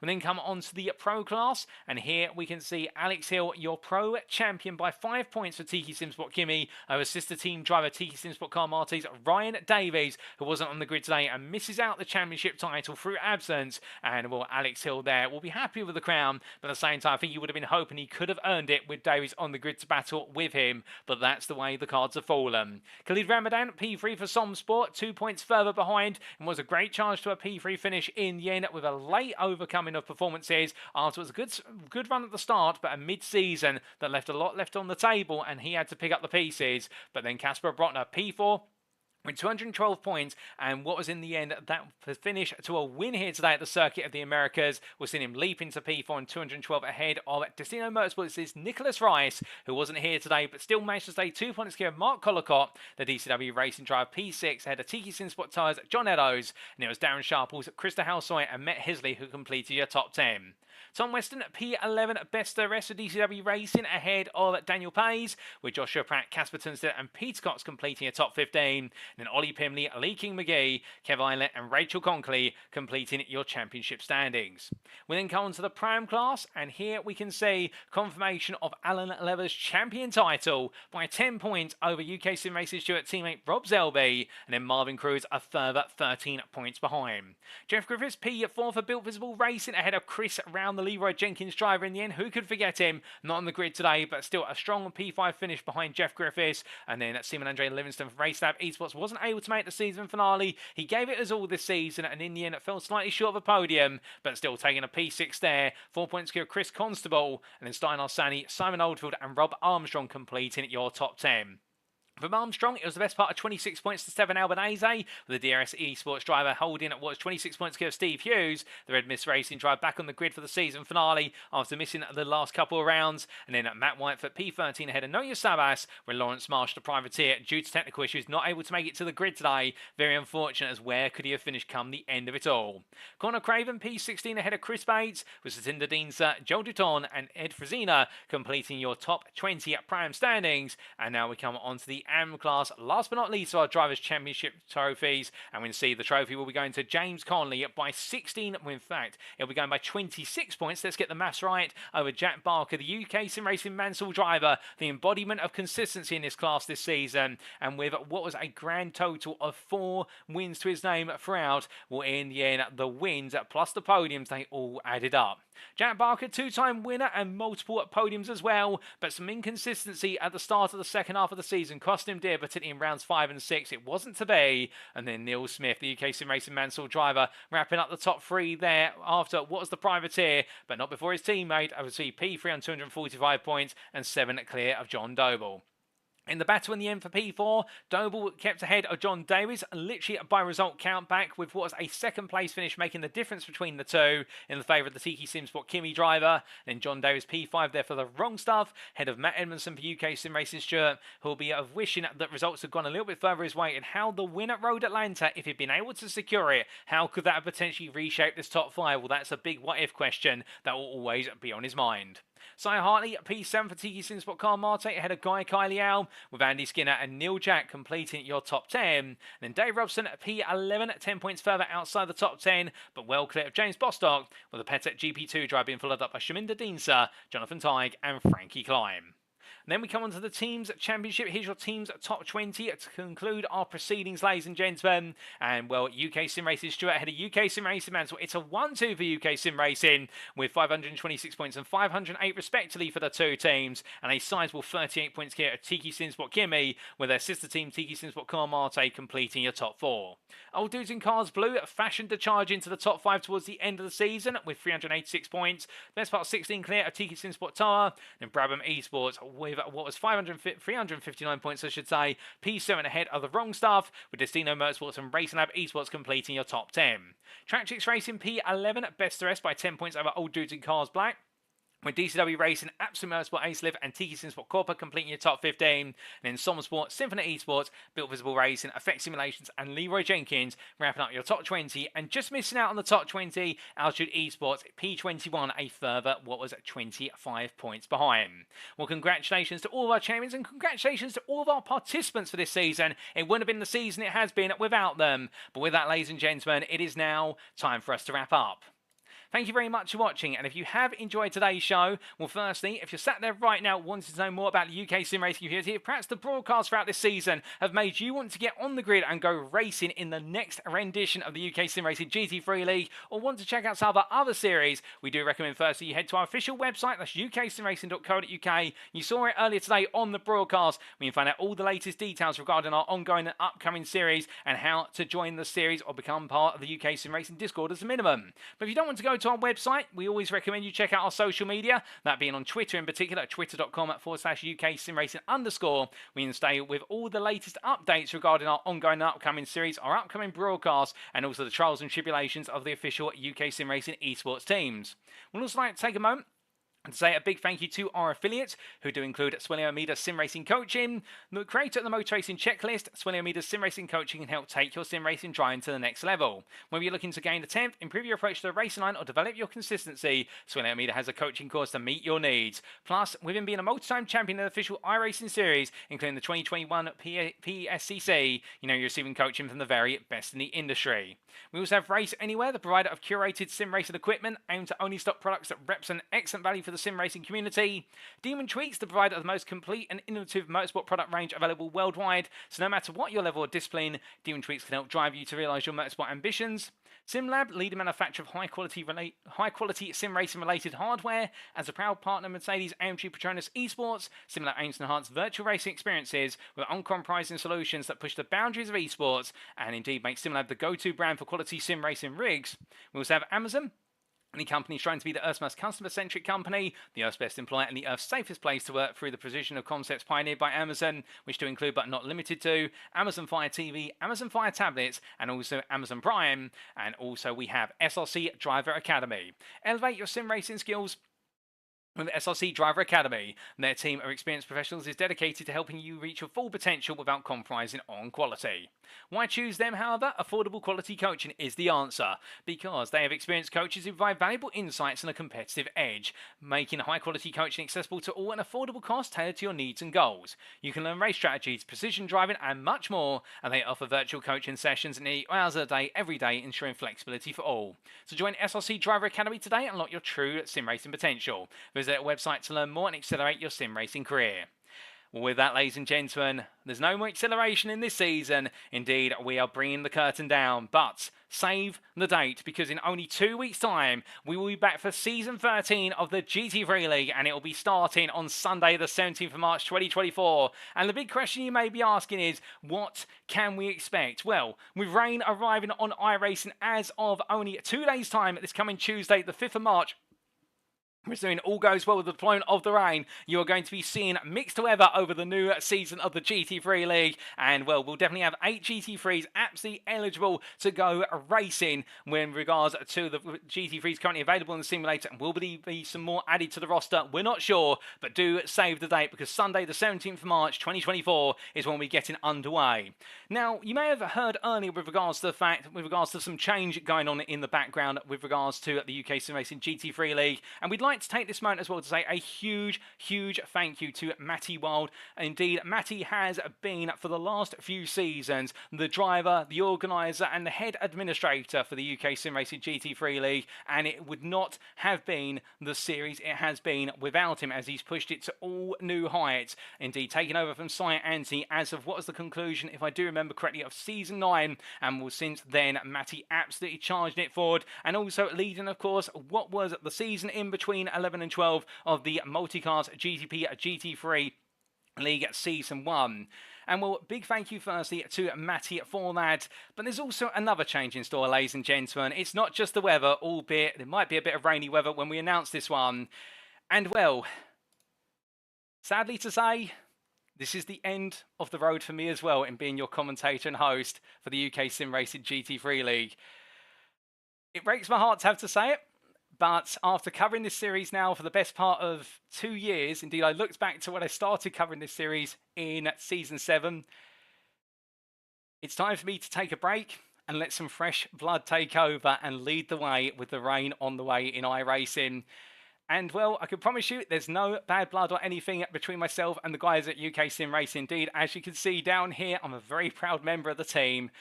But having chased my dreams in commentary for the best part of 4 years, and well, this league has been a fundamental part of me actually realising my dream of doing my own real-life commentary. Well, it's time for me to take some rest, release the remainder of 2025, but you never know what, well, not 2025, 2024, as I completely fumble my words here. You can tell I'm getting actually quite emotional, but I won't keep this up any longer. In the fact that I'm going to be taking a break for 2024. I'll be still covering the Porsche Cup for its 10th season because I'd like to see that go for its anniversary. It's a huge milestone, and well, it's the perfect time for me to hand over in the GT3 League. But trust me when I say this series is going to very capable hands to follow on for myself, and it will be to Tim Cox Media as I understand it. And Tim Cox, well, many of you will know him from his commentating days in the early days of the UKSimRacing leagues, and indeed him taking over Apex Racing TV for a considerable stint. And well, he's going to be back to carry things forward into what will be Season 13. So I'm sorry to announce it, ladies and gentlemen, but at the same time, thank you to everybody, whether you've just been a viewer, a member of the admin team at the UKSimRacing community, or one of the drivers on the grid. You have made this the hobby that has become the dream of my life, and have been able to realise it. And well, thank you. Thank you very much. But with that, ladies and gentlemen, it is time for me to sign out. I've been your host and commentator, Paul TX141 Walsh, and indeed we have been the UKSimRacing community. And well, until next time in Season 13, remember to stay safe, stay well, stay smiling, but most importantly, remember to stay on track. Good night.